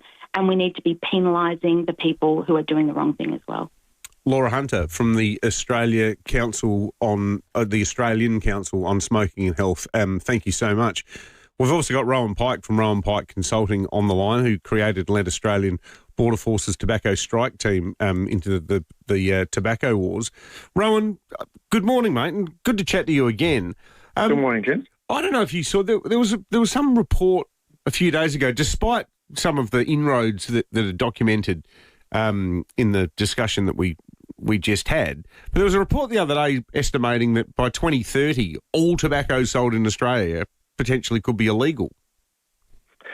Yeah, well, I don't think it's actually going to take till 2030. The trajectory that we're on is probably only about 2 years away, so about 2028, I'd say. But we've already given up 80% of the market to criminals, which is just a self-inflicted injury we've caused due to poor policy. Laura Hunter described it as boots on the ground. Is there a boots on the ground scenario where you could strangle the illegal tobacco trade in Australia, Rowan, do you think? No. I don't think that. We've tried to overcome prohibition policies with enforcement for about the last 100 years. You can look back to the American prohibition of alcohol. That never works. We've got a large community, a marketplace for these products. The criminals will find a way to get their product to them, no matter how much enforcement we put against them. I did listen to your previous conversation, and it just interests me, and it's curious that public health officials are still providing advice on a law enforcement issue. That is one of the major concerns that this country has, that we're being led by health officials talking about a crime environment. So I pretty much disagree with most of the advice that you were given previously. Yeah, it seems to be a sort of imbued by a sense of, why can't people just stop doing it? It's so bad for you, which is like, yeah, we know that. But human behaviour is impervious to the sort of, forlorn wishes of people in the health lobby, because people have as a species, we have a history of doing self-destructive things. Yeah, their ideological goals are just unrealistic, and they certainly don't match up with the realities of law enforcement. But, I mean, everyone's known that smoking causes cancer for the last 50 years, but still people do it for whatever reason. Obviously, the reason is they enjoy doing it, and a certain percentage of the community is going to keep doing it, no matter how much we want them to give it up. But I do agree that South Australia is doing what they can as a state, other than your Premier and perhaps your Health Minister going to Canberra or telling the Health Minister, who's a South Australian, that they do need to drop the excise, for one, and secondly, you need to regulate safer nicotine products like countries like New Zealand have done, and they've got half the smoking rate that we have. So that's what your state can do now, is to advocate for better policy and change of policy. As far as your enforcement goes, I mean, there's different enforcement regimes in every state. South Australia is going quite well on that, but don't think that that's going to actually fix the problem in South Australia. It's not. Yeah, good stuff, Rowan. Rowan Pike from Rowan Pike Consulting. To Rowan's point too, quite a lot of people texting in saying they're having no trouble finding illegal cigarettes still. Yeah, so our laws might be good, but it's not stopping the flow. Well, we got pretty good. We got some laws. You might quibble about how they're sentenced, but when it comes to stopping illicit drugs, that's 100% traded illegally. Has any young person who's desired to get hands on the stuff had any trouble in ever doing so? Yeah. Well, no. There's no such thing as legal meth. Yeah. I think the thing too is that, to the point made through the report at the start, so in Darwin they're not trying. in Adelaide SA, we are trying to stop it. So we get a big tick for trying to stop it. But a lot of people texting in like this one here saying, well, one shop closes, another one opens 28 days later, the first shop's back open again. Yeah. So they just keep popping up. They absolutely do. And I think one thing that I sort of fundamentally disagree with the logic, but there's an element of reality to it that Lauren said to us. She said cutting the excise. Their research says even if something's $2 more expensive legally, people would take the illegal option. I don't believe that for a second. I think what we've seen is an example through this process of there is a tension, there's a natural tension that exists, and when you get to a point where people are stretched too far, then they will contemplate the illegal option. And that's what we've seen here. But the problem is, this is a case of trying to put toothpaste back in the tube, because once people have done it, I think at that point they go, well, I'm never going back to paying $2, $4, $6 more. But it took it to get twice as much, 3 times as much for them to initially jump from doing a legal thing to an illegal thing. Oh, totally. I think the people who buy illegal cigarettes are overwhelmingly law-abiding people who would never dream of breaking the law, but they just feel that when it comes to this one item that they are, in addition, also addicted to in most cases, they just think, up yours, Jim Chalmers. I'm buying these because they're $15 a pack. I've got a few people text and go, where do you get the $10 a pack ones? Because I don't think there's any evidence that there are $10 a pack cigarettes kicking around. But yeah, it's just like this act of defiance. Yes, where you get your hands on some illegal smokes and go, you beauty, I just saved about $300. Yeah. All right, let's check traffic. At Fulham Gardens, a crash. Still got big delays through there. Tapley's Hill Road near Milton Avenue. We are slow. South Road, Mile End. We are busy. Brighton Road, Glenelg East, just near Jetty Road.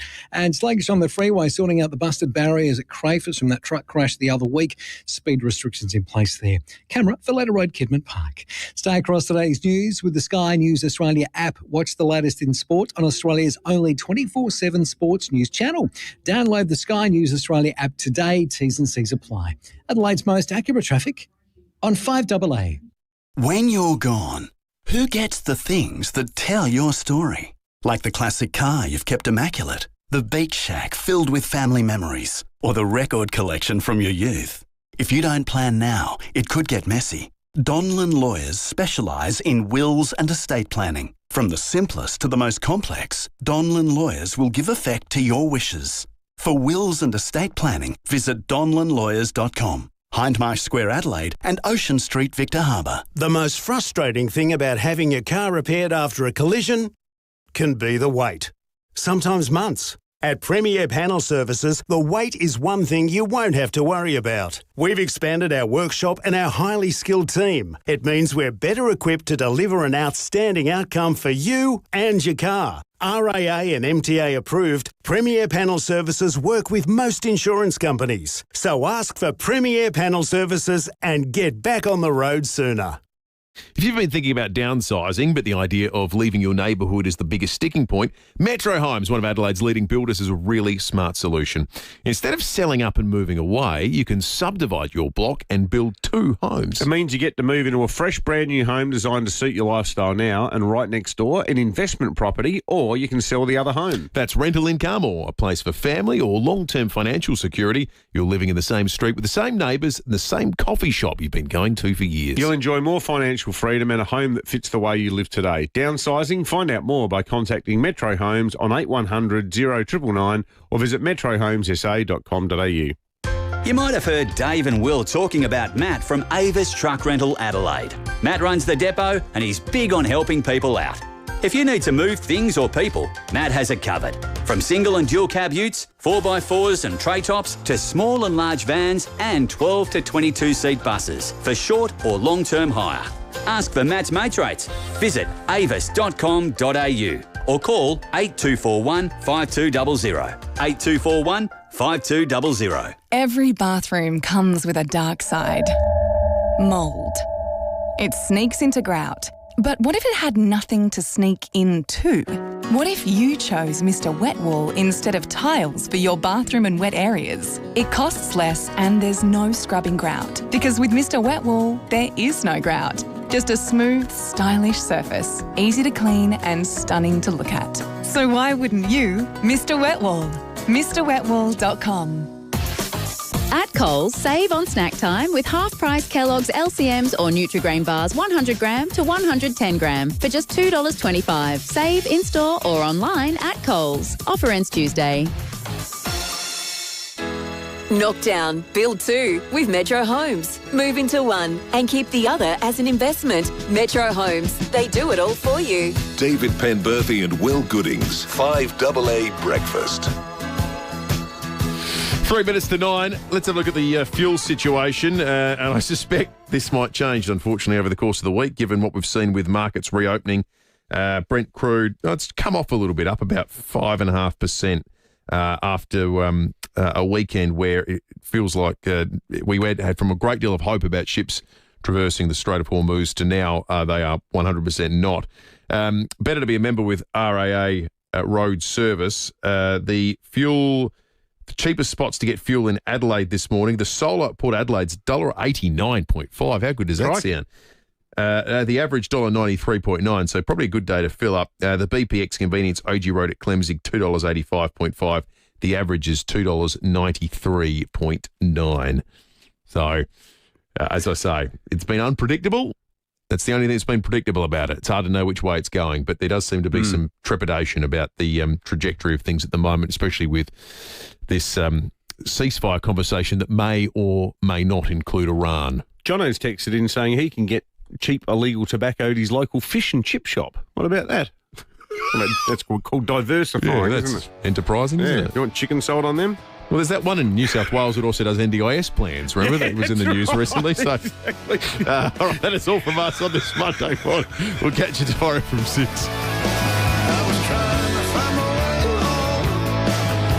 all I heard was a drum bouncing off a saddle.